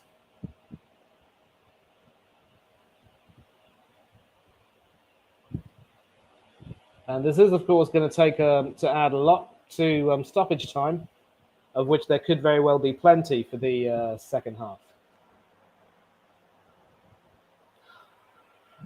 Yeah. Coming up to 8 minutes left. Patricio sending that deep into the Sevilla half. And we see Belotti running on the end of that, and Guni sending that out for a corner. And some more Roma substitutes are warming up, but I just don't know which of them could be coming on. I think you are allowed a maximum of 6 substitutions in the European game if it goes to extra time. 5 if it ends in normal time. It is Walewski who'll be taking this corner. Looks like a right-footed in-swinger from the number 59. And that is sent into the penalty area but headed away.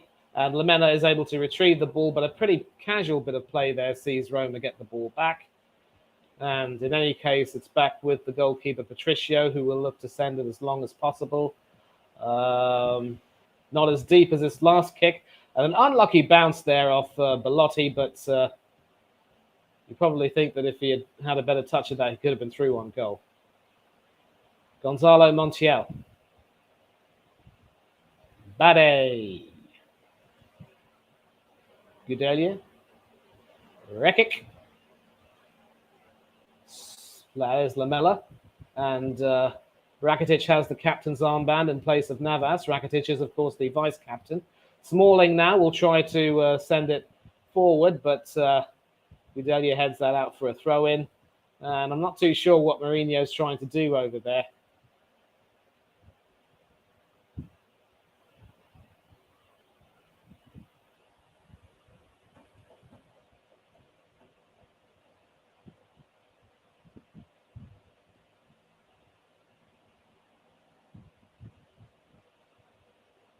Some good skills from Belotti trying to hook it back inside, but Gudelja is there to snuff out that danger. But it is a Roma throw-in now. Not quite as dangerous as a corner kick, but still dangerous nonetheless. And the Dutchman, Wijnaldum, will be in amongst the players in the area, hoping to make something happen. Into the penalty area, but a soft throw-in, really, headed away. And it is with Lamela, and Rakitic clears that away. Only as far as Smalling, who heads that towards Mancini, but Rakitic, calm as ever, passes it back to Bono.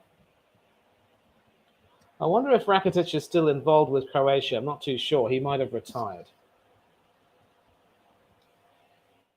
But at the moment, Sevilla have the ball. It is that was Lamela who tried the shot there in the penalty area, but Smalling blocked it. It is with Fernando, who received that pass from Suso.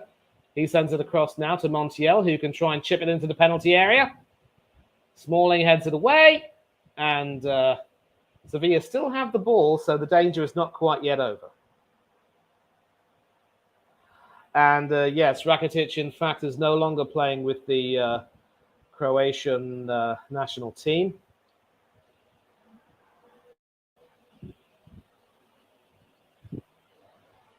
I don't think he was involved with the World Cup squad this season in Qatar either.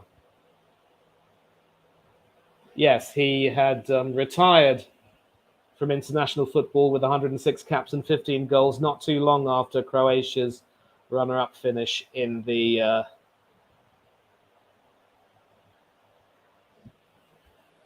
in Russia. And of course, he retired during qualifying for Euro 2020, playing in only 4 out of 8 games due to injuries in his club situation at the time. And at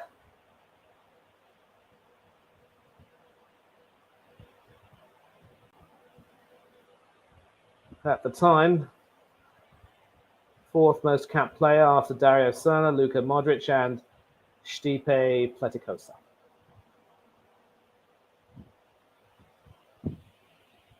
And seeing a substitute being given some instructions, and more time will be added to stoppages, definitely, with another injury.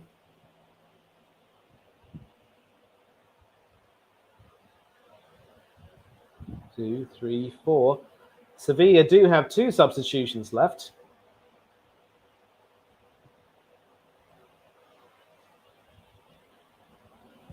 Not so much in terms of urgency from either team, really. Neither goalkeeper has had to make a save of note. Captain Pellegrini being rather frustrated. They're going to allow Roma to make the substitution yet? I'm not too sure. Yep, I think Taylor has the ball in his hand, so this should be time for the substitution. Oh, no, it's a drop ball. Bade to Fernando. Rekic. Lamela. And Matic has just come back onto the field. I think he was getting treatment for some kind of injury, maybe. And Sevilla on the right, trying their best to make things count. And that is now with Rakitic, Lamela. Great work there, but I think Walewski was able to prevent Rekic from making any further progress. Beautiful one-touch football, but Walewski reading the situation perfectly and preventing Rekic from going any further with that. So 2 minutes left of extra time, but of course, there will be some stoppages, definitely. See you soon, Chelsea fan. I'm sorry you won't be staying for penalties. Zayn Hanif, good to have you on the stream. El Shaarawy at Milan was a different baller. Maybe he'll try and resurrect himself with Roma. We'll have to see. And this is quite frustrating, really, because you really don't want to see more and more players claiming an injury. And, Mourinho being restrained. I'm not too sure what's going on over there.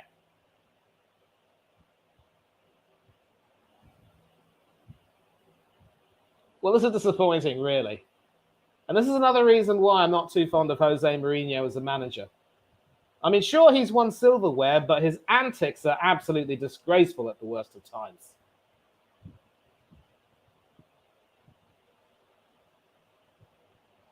Nobody can ever forget his antics at Real Madrid, where after one Clasico match against FC Barcelona, when Real Madrid manager, he poked a fellow professional with his eye. And people claim, oh, he's the special one. GTFOH. Wouldn't touch him at Arsenal with a barge pole. I'm sorry to all those who love how he's a winner. I'm sorry, I don't care. Even if he may win you trophies, he'll leave the club worse off than it was. And I believe this is going to be Roma's final substitution. Nemanja Matic will, in fact, be walking off. And he will be replaced by Roma's number 52. I really despise these ridiculous shirt numbers. Eduardo Bove, or Bove, or what have you. I think it's Bove. There's no accent aigu. So, no Karsdorp, no Madi Kamara, no one else. But, hey, we're going to see how many minutes are being added on for stoppages, because we've just finished the last minute of time, and it is 6 minutes that are going to be added on. Suso running forward, and some pretty tired legs out there, which is why that didn't go any further. But Rekic wins it back. Udelia.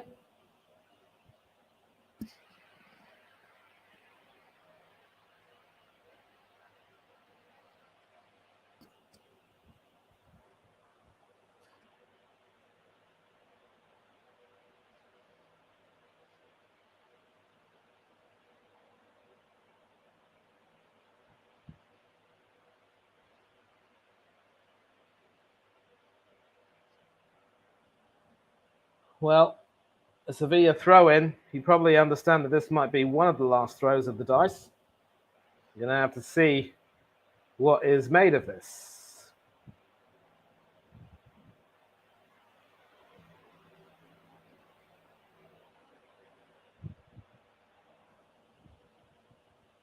We just saw a chance over there.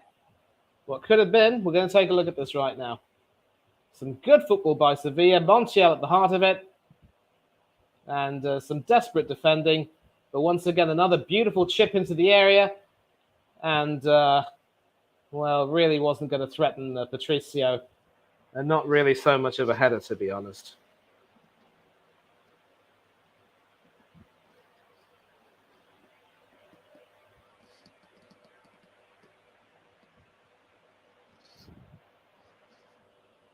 And you can clearly see both teams are just tired and trying to hang on for penalties.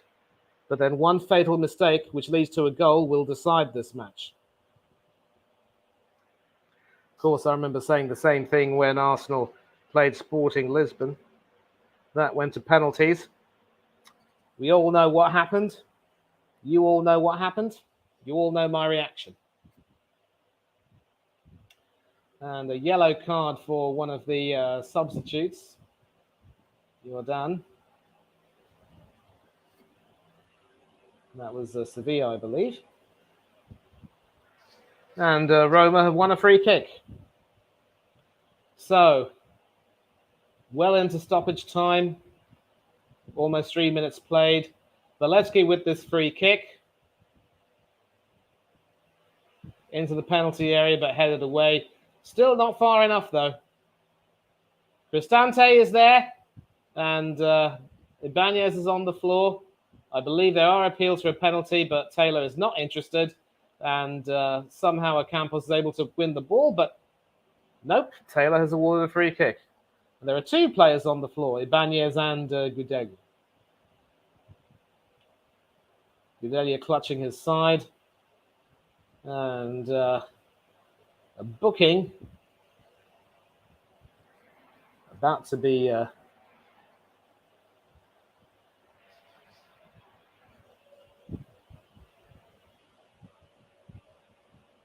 administered. I just don't know to whom. Well, I think probably wouldn't have been a goal there in it, but a collision there between Ibanez and Gudeli. I really don't think there was much in that, to be honest. And Ocampos pushing Llorente to the floor.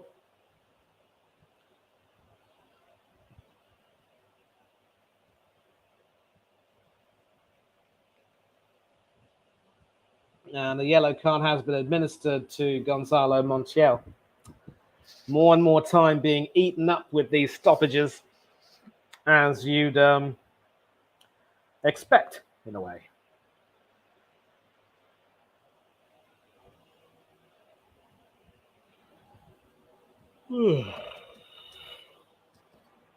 I'll be honest, I can't really wait for this game to get over.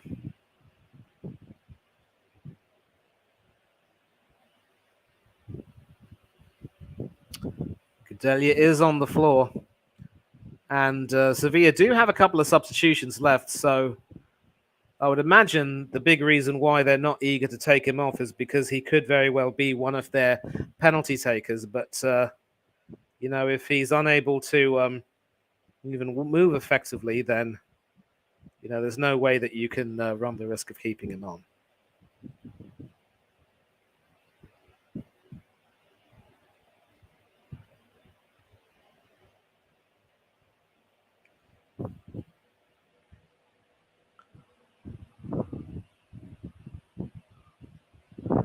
Well, I think a substitution is being made. And looks like it could very well be Sevilla's number 21. Oh, no, not 21. I'm thinking of who it could possibly be. It could be either Marçal de Nascimento Teixeira or Papu Gomez. No, definitely not Papu Gomez. Another Argentinian World Cupper.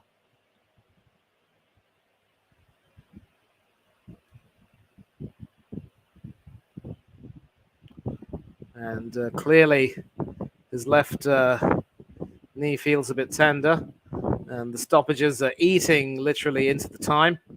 I think there will be at least 2 or 3 minutes added on, and Mourinho is still continuing to lose his rag.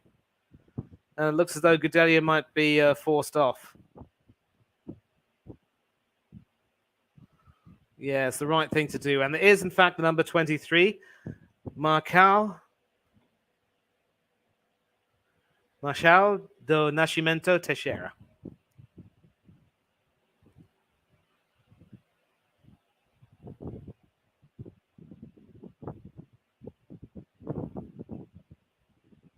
And Gudeli walking off to a standing ovation from the Sevilla faithful.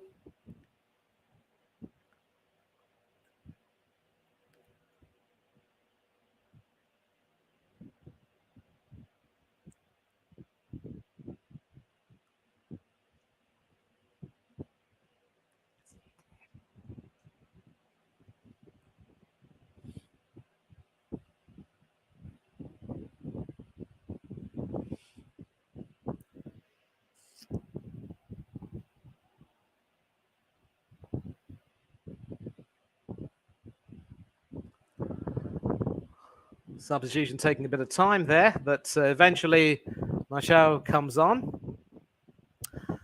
It's officially 7 minutes and 34 seconds of stoppage time being played. And it looks as though another substitution could be made because Fernando is also hobbling at the moment.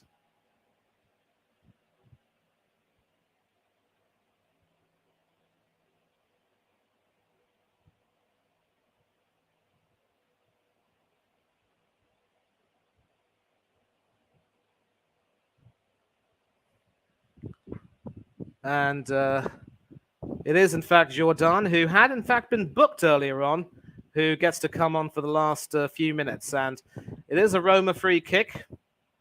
And if Roma score, the title will be theirs.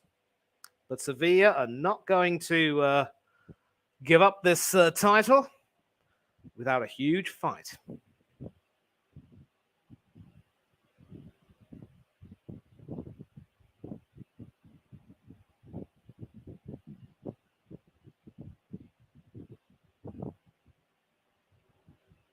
Officially 8 minutes and 44 seconds of stoppage time have been played, and you think that it won't end until there are 10 minutes on the clock. That's how much these substitutions have.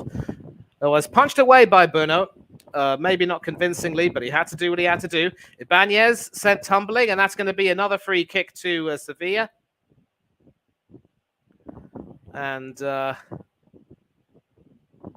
booking there for a Campos, which might perhaps have been overdue in a way. I mean, that was Lamela who really barged into him. And Lamela's playing a risky game. He had already been booked for elbowing Ibanez. The Sevilla coach is angry.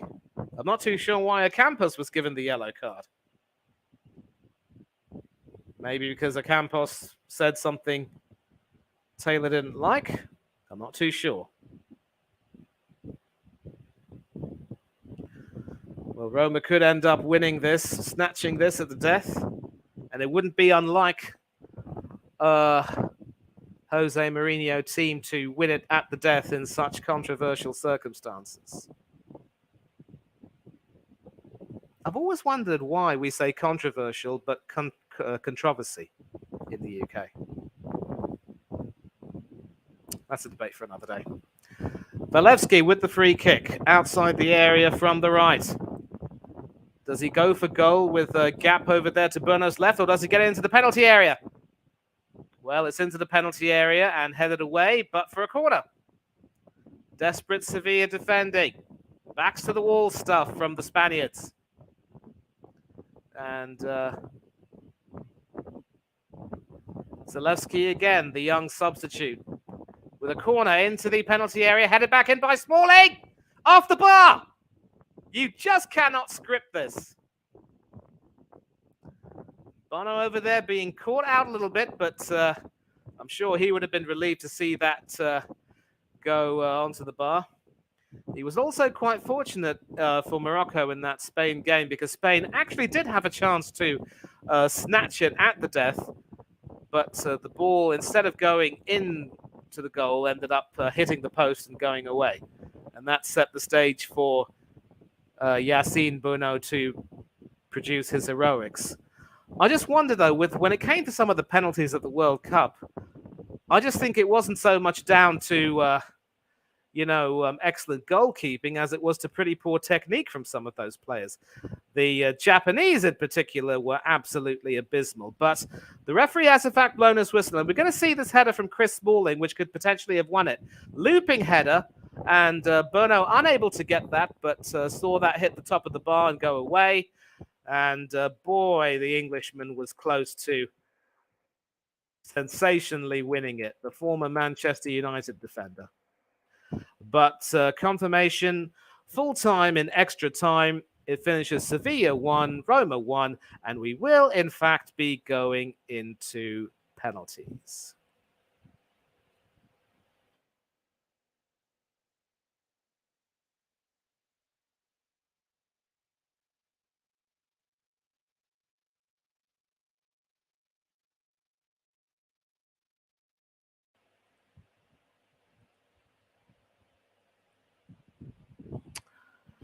So, I know Mourinho has a perfect record in finals so far, but not one of his finals have gone to a penalty shootout.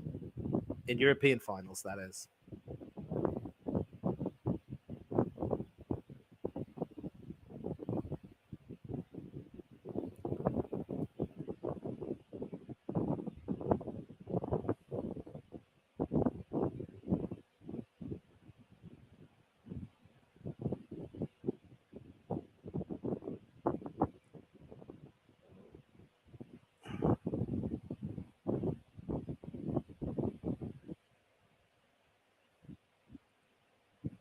Any new comments? 11 minutes later, and that's penalties. Absolutely, boys. So we're going to find out who'll be taking a penalty. I think Dybala, who of course scored a penalty for Argentina in the World Cup final, an absolutely lucky penalty which went straight down the center and which could have been saved by Hugo Lloris had he, stood his ground. It also actually went right sort of through him or under him rather, but he won't be taking a penalty, and I think Pellegrini would have been fancied to take one, but he had to be brought off. And at the moment, all eyes are going to be on Yassine Bounou, Morocco's hero in the second round against Spain. Kept a clean sheet in the quarterfinal against Portugal, of course. Sent them through with his teammate Enesri scoring the winner, but not quite able to do the business against France. And of course, Argentina getting the better of Croatia in that semi-final with Messi and Alvarez running right. Non c'è problema. Not a problem, I think. My Italian is not the best, but I'm assuming that that's what's being said.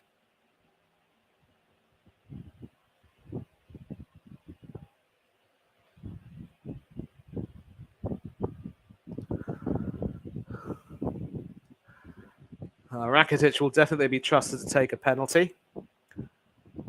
And it's good to see him still playing well in the twilight of his career. Of course, no longer involved with Croatia, but they already have Modric and Perisic and company still doing well for them. A lot will be falling on Burnou's shoulders. Mancini, of course, scored the own goal, which ended up taking the game to penalties. And so the starting captains are not on the field. They will be entrusted with making the decision at the toss on which end they want to score at, or which end they would like, or who would like to go first.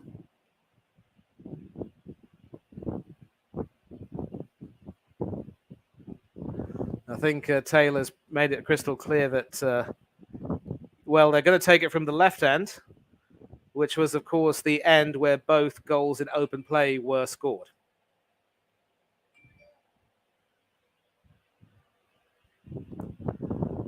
And I believe Rakitic has won the toss. He might be, it looks as though Sevilla might be having the first run of the penalty kicks. So it's going to come down to Yassine Bounou and Rui Patricio. Both of them, as I said, excellent goalkeepers with penalties. Well, I'm going to see who's going first, though. It looks as though, the goalkeepers are meeting right now. Patricio, obviously very experienced. Starting goalkeeper for last year's Conference League final, now playing in the Europa League final. Could he perhaps be playing in the Champions League final next season? And it looks as though it will be the number 55 for Sevilla.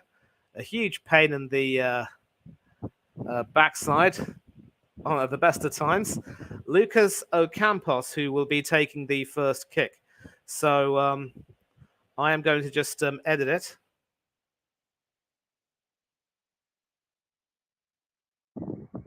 Ocampos against Patricio.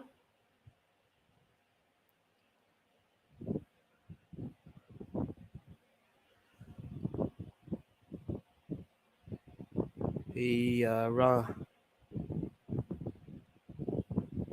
takes it and sends Patricio the wrong way. 1-0. Ocampos.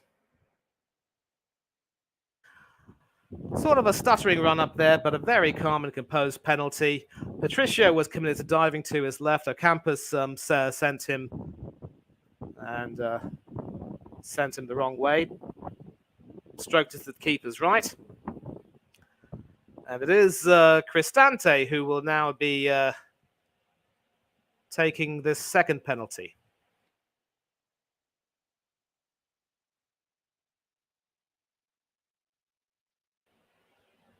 Brian Cristante. Brian Cristante up against Yassine Bouno, World Cup semi-finalist. And a hard penalty, driven low and true.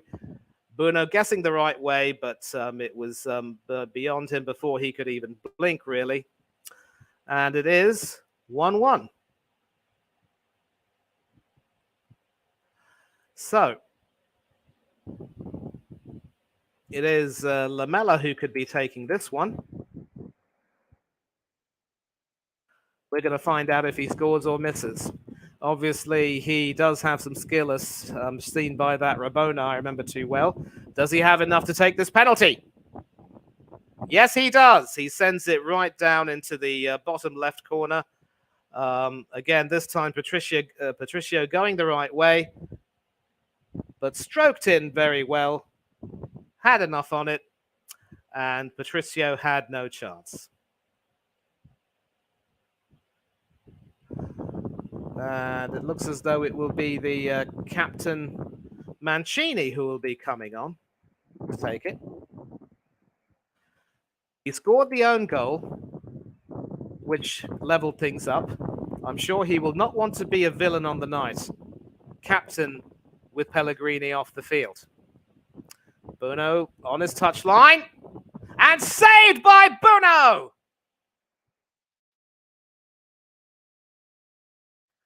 Well, could this be the thing which decides it? Well, it wasn't the best of penalties. If you want to hit it into center, along the center, you've got to hit it higher than that. And Bouno, being as tall as he is, was able to use his legs to block that expertly. And so Sevilla have a chance to put some daylight in between them and Roma, because it is Rakitic, the other acting captain, who will be taking this penalty now. If Patricio doesn't save this, Sevilla could go 3-1 up and potentially take the tie later on. Rakitic against Patricio, and he sends the keeper the wrong way. 3-1 to Sevilla. And it looks as though Jose Mourinho's perfect record in European finals could well be going up in smoke. Mancini never really should have taken the penalty. I think his confidence was a little bit low. You do not take a penalty like that, low and in the center. Any goalkeeper worth his salt will be able to trust himself to save that penalty. Now, though, of course,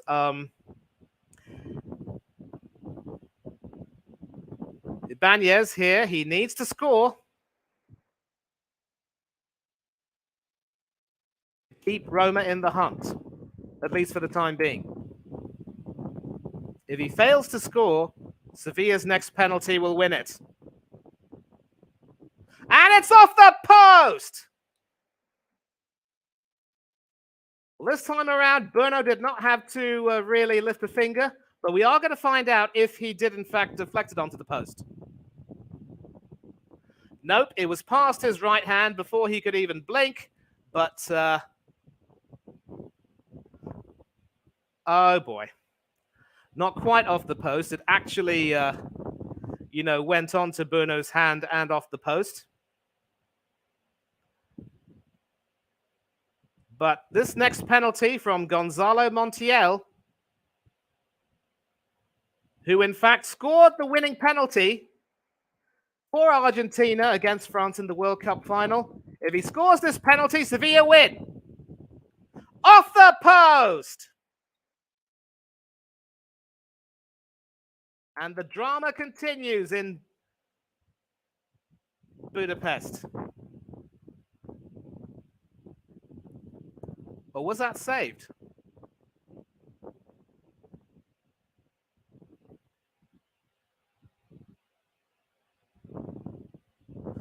Oh, wait, that penalty kick is now being subject to a review for some sort of an infraction.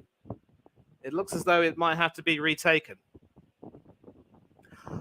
Yes, the penalty is going to be retaken because of encroachment by Patricio. So if Montiel scores this penalty, Sevilla will win the Europa League for the 7th time. Montiel against Patricio! And it is all over, bar the shouting.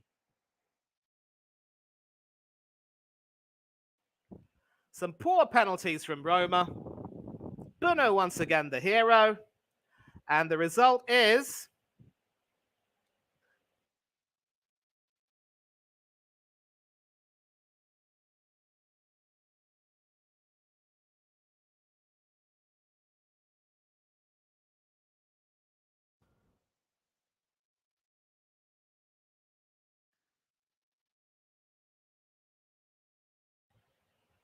Sevilla are Europa League champions for 2022-2023. Mourinho's perfect record in European finals is now broken. And maybe you have to feel a little bit for some of the Roma players who obviously sustained injuries in the cause. But at the moment, Sevilla really need to be given credit for the way they stuck to their task, defended manfully, and made sure that they were always in with a chance. Patricio guilty of encroachment, having the penalty being taken again, being sent the wrong way.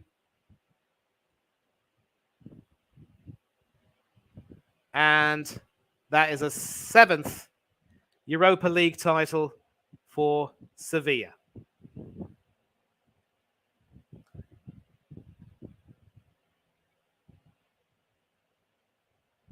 Sevilla versus Roma, 4-1 on penalties. At the end of extra time and normal time, they were 1-1 with Paulo Dybala and Mancini, of course, being the goal scorers. An absolutely crushing moment, that, for the Argentinian who was taken off after scoring the goal. You've got to feel for the poor fella. But what a career this man has had. Jesus Navas won everything with Spain, won Europa Leagues with Sevilla, and we will see him, hopefully, next season gracing the Champions League. But for Roma, a difficult season in Serie A. This was their big shot to reach the Champions League proper. And the disappointment is palpable. Dimitrovic, the reserve goalkeeper, part of the Serbian World Cup squad as a backup to Vanja Milinkovic-Savic. You can see the tears in his eyes, how much it means to him, despite the fact that he hardly ever plays. Joy among the Sevilla players. Penalties is a horrible way to lose a match, but it has to be done. The disappointment on the faces of Pellegrini and Cristante. The Sevilla supporters still jubilant. The Roma fans distraught.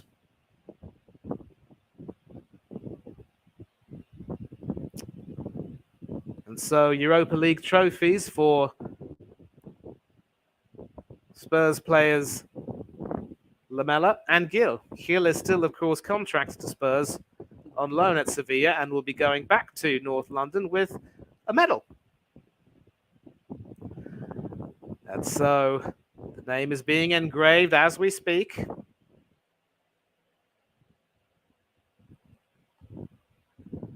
Gonzalo Montiel did it for Argentina, and now he's done it for Sevilla. The winning penalty. What a man to have when you have a penalty shootout. Congratulations to Sevilla. Well done, Sevilla. Take care, everyone. Take care to you as well, mate. Thank you for joining in.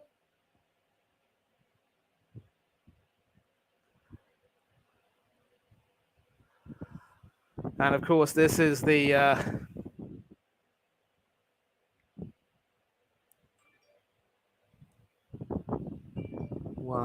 Gini Wijnaldum, Belotti, and Dybala disconsolate.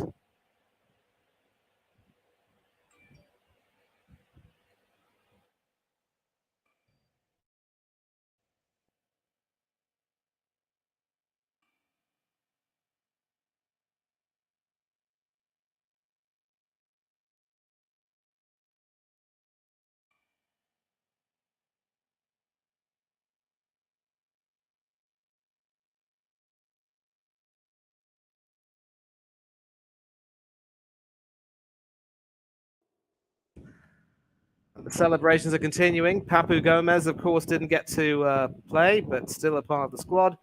Bruno walking around consoling the Roma players who are also disconsolate.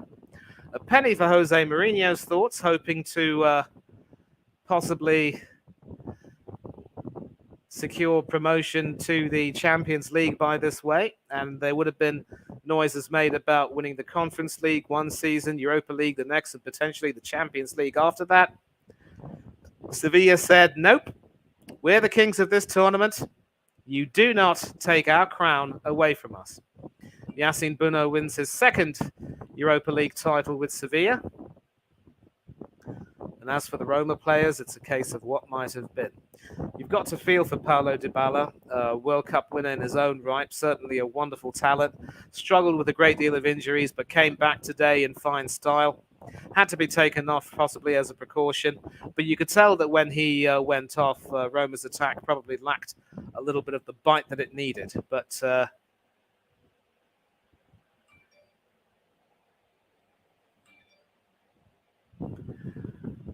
preparations being made for the presentation ceremony. And again, Jesus Navas taking the accolades, as will the Sevilla manager. Marcos Acuna, another World Cup winner. He was suspended, of course, for this game, his place being taken by Alex Telles, who did a pretty fine job before having to go off injured.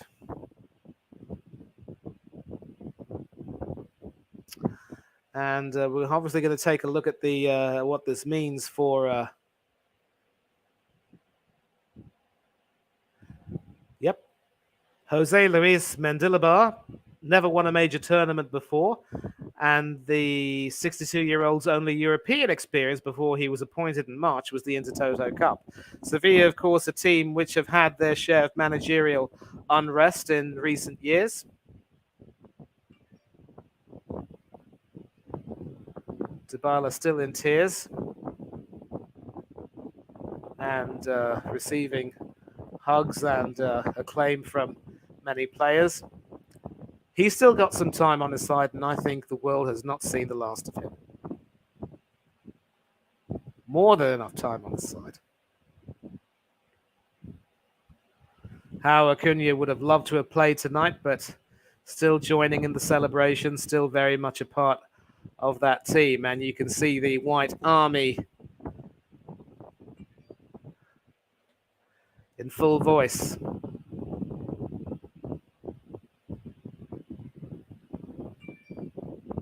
Ivan Rakitic, what an amazing career he's had.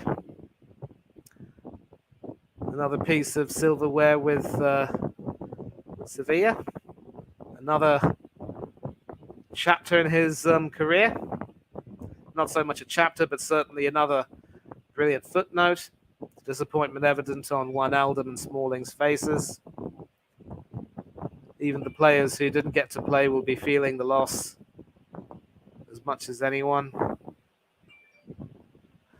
The Roma flag still being waved, still proud of their team. With regard to penalties, though, the lesson to be learned is never, ever, ever send defenders to take a penalty kick unless they are proven penalty takers, like Gonzalo Montiel.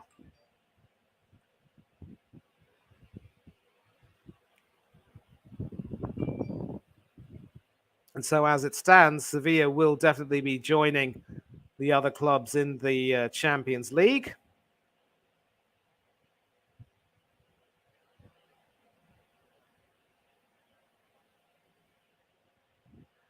A remarkable 100% record for Sevilla in UEFA Cup and Europa League finals, winning all 7 they've ever played in. They are the kings of this tournament. Patricio had, in fact, saved that penalty. It didn't come off the post, but because he had encroached,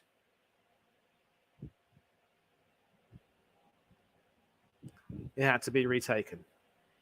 And one would think that a goalkeeper of his experience would have known a lot better. I remember saying that Patricio, yep, you could see that Patricio was, from this angle at least, several inches off his line. And that poor judgment there you could say, cost Roma the trophy. But it wasn't just that penalty. And the sight of Paulo Dybala in tears is enough to break your heart, really.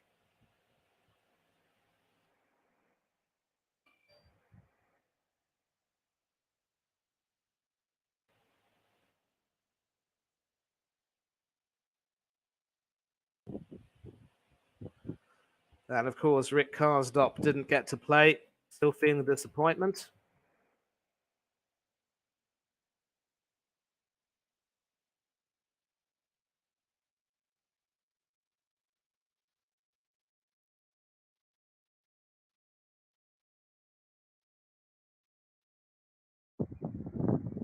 Now you can see the dejection on the faces of the Roma supporters, but they're still going to stick around and applaud their team.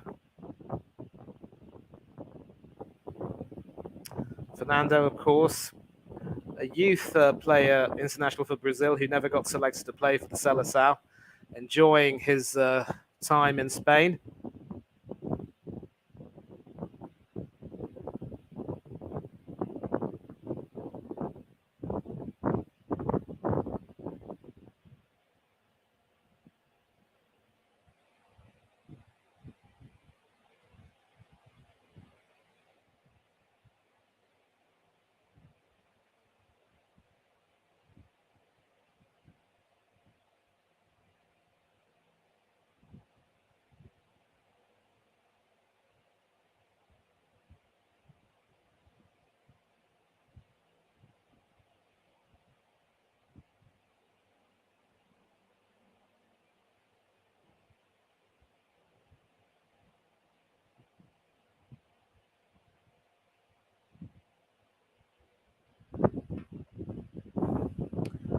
So we are not too far away from the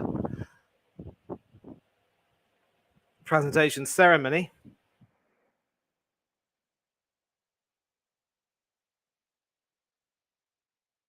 And Nemanja Gudelja there with the Serbian flag.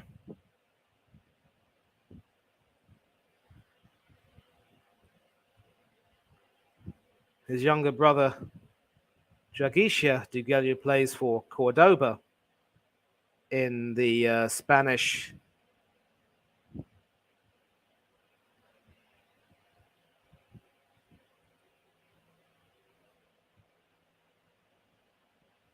Yep, they play in the lower leagues in Spain, certainly not in the main Spanish league system. Interestingly enough, he had a couple of stints in China with Tianjin and Guangzhou before returning to Sporting Club de Portugal on loan and then joining Sevilla. 53 caps for the Serbian national team and 1 goal. Former Ajax player too.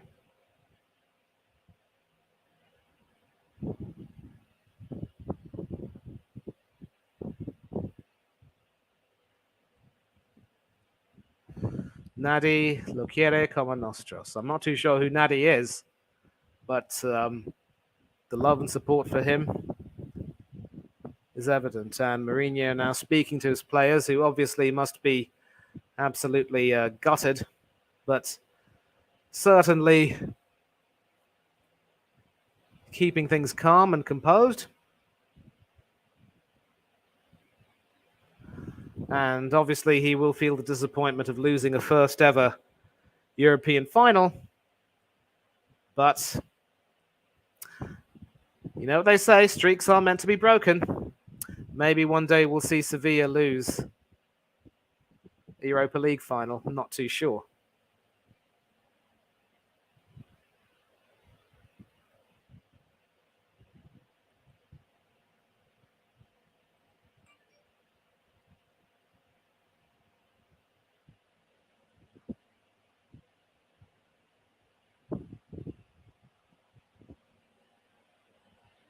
And Bono, of course, enhancing his reputation.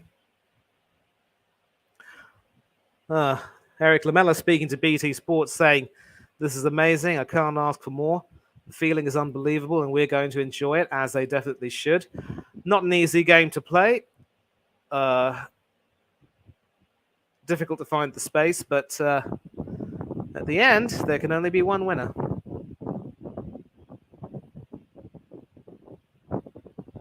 Not too sure what Mourinho is saying there, but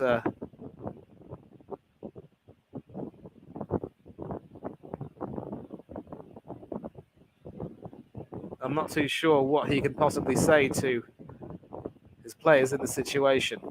Conference League winners last season. This season, of course, Europa League runners-up. And there's Bono there with the Moroccan flag around his waist. Not too sure that wearing your flag around your waist is the best look. And now we have the presentation party coming out onto the field. And I will end this broadcast after the trophy presentation, just like we did for the World Cup final. But for the moment, we see them on the dais. And of course,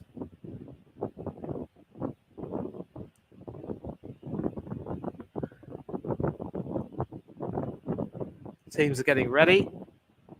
The Roma team aren't in sight at the moment, but they will be coming up very, very soon. I do remember saying that Mourinho's antics on the touchline make him not really the most likable of managers. There's no denying that he is his managerial credentials and the fact that he has a trophy cabinet, a trophy hall of which to really admire. I mean, you can really only admire his trophy hall, but at the end of the day, it's how you conduct yourself as well that really defines you.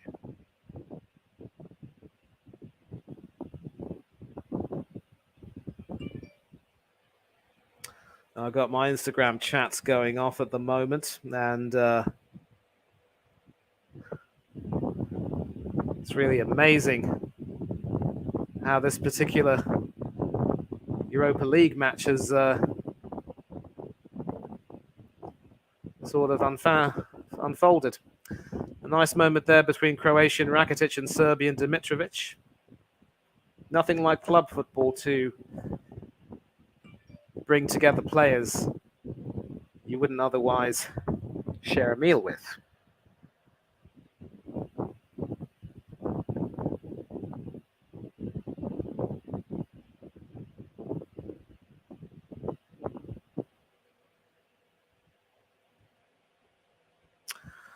Yeah, some more stats from the game. Yeah, only two of the first Europa League finals since being rebranded in 2009-2010 have gone to extra time. But each of the last three have now gone into extra time, and all of them have gone to penalties. Spare a thought for Gianluca Mancini, who ended up being captain after Pellegrini got taken off. A first European assist since last year's Conference League final, but becoming the second player to score an own goal in the Europa League final, missing a penalty and also getting booked for his sins. 13 yellow cards in the match tonight, 7 for Roma and 6 for Sevilla, the most yellow cards shown in a match in the history of all major European competitions. And Mourinho receives his medal but takes it off. Disgusting behavior, really. And he isn't even there to, with his teammates to receive that. I'm sorry, but what people see as being, always eager to win, I see that as petulance, really. And the trophy's being brought out. And if it is true that Mourinho has walked out to get his medal before the rest of the team have gotten theirs, then that really is disgusting form. Although it looks as though the Roma team have already received their medals and are just still standing in a group. No, they haven't received their medals. They're walking up right now. And that makes Mourinho's behavior all the more sickening. But Great spirit this from Sevilla to give the Roma players, Sevilla to give the Roma players a guard of honor. And yeah,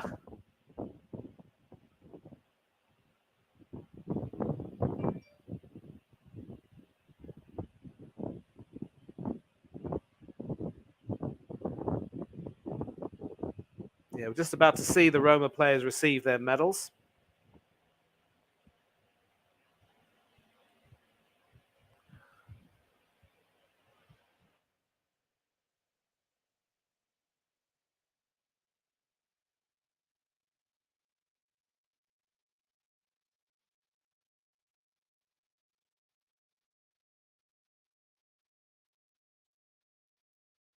I'm just going to add this banner right now when they start making the walk up.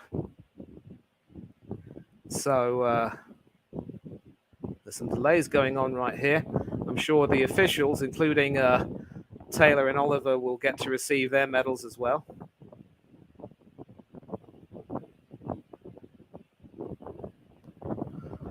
Yep, it is going to be Taylor, who had a busy night tonight, dishing out those 13 yellow cards, along with his official team, which includes Michael Oliver.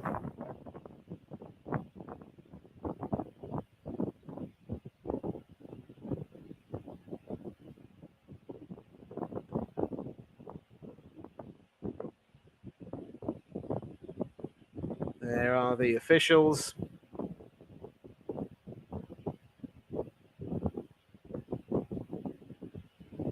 And also the VAR team, which played their roles in certainly two of the most defining moments of the match, several rather. The penalty shout against a campus that wasn't given in the second half, and also the Montiel penalty that had to be retaken. And it is, in fact, Pellegrini. Lorenzo Pellegrini, the Roma captain, who will lead his players to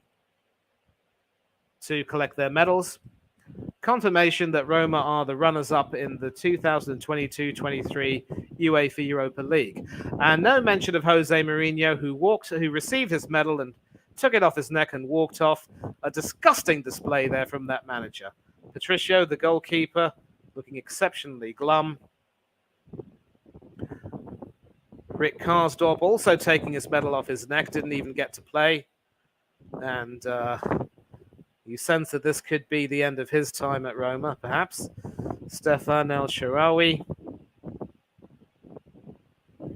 And listen, next time we do a final, we're going to have to do a poll whether it is really good sportsmanship to take the winner's medal off your neck. I've seen a few players do that, but I'm sorry, that's disgusting.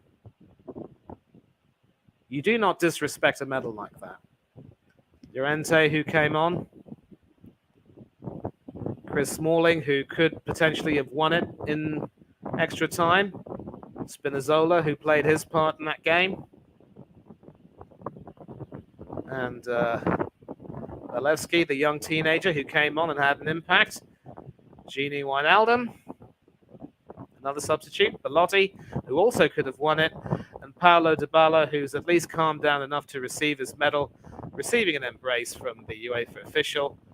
Good to see that he hasn't ripped off his runners-up medal. And the other two substitute players receive their medals. And now, that time is almost here. And this is a manager, folks. A manager who stays with his teammates to get his medal. And the manager, in fact, will be the first one to receive the medal, as I believe it is Youssef En-Nesyri who walks up to accompany him. And it's time. I mean, look, the players can start celebrating later, but they need to get their medals. First the manager, then En-Nesyri with the Moroccan flag. Jordan, the substitute who was booked, but then came on afterwards to see the match out. A few of the substitutes. En-Nesyri, of course, kissing the trophy. I think every single player will be kissing that trophy. A little attempt at a bite there from Jordan. Oi, behave, son. And I hope that trophy has been sanitized.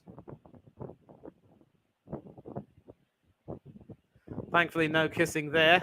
There is one kiss from the third goalkeeper, Rekic, who came on as a substitute and helped see the game off. Fernando, Martial, another Brazilian. 2 kisses there. Another kiss from Acuna, who couldn't play today, but still felt a part of it. Papu Gomez, his fellow Argentinian. Eric Lamela, who gets to take a winner's medal back to North London. Marko Dimitrovic, the reserve goalkeeper. Any more players? Gonzalo Montiel, the match winner, whose penalty won it for his team. Another selfie with the trophy, this time from Bade. Ocampos, Luis Ocampos there. Certainly played his part. The big man himself, Yassine Bouno, with the Moroccan flag around his waist. Goudelia there, also kissing the trophy and having a selfie. The vice-captain, Ivan Rakitic, adding another glorious glorious note to his magnificent career. And the captain, Jesus Navas, both captain and vice-captain holding the trophy. And as soon as they come to the center of the group, they will be raising it aloft together. A wonderful sight to see. A legendary Spaniard, a legendary Croatian. It won't be long now. And confirmation that Sevilla are Europa League champions for the year 2022-2023. Their 7th win in as many Europa League finals. And we will definitely be seeing them in the Champions League next season, along with the likes of Barcelona and Real Madrid and several others. As for Roma, well, they're going to have to lick their wounds and try and, recover for next season. Jose Mourinho got his a few minutes ago. It's probably on eBay now. What a disgrace. An absolute disgrace. And another reminder that to all those of you who praise Mourinho as a wonderful manager, his arrogance, his bad attitude, his lack of sportsmanship means that he will never be completely respected. And in a way, you could sense that this defeat was almost poetic. But let the last word go to Sevilla, a team which was in crisis as late as March. But now, on the last day of May, they are European champions. Europa League champions, yes, but still European club champions nonetheless. A nice moment with Alex Telles also holding the trophy with Fernando, also Brazilian. And he'll definitely have a nice winner's medal to take back to Old Trafford with him. So that is the end of coverage, and we will end this broadcast very soon.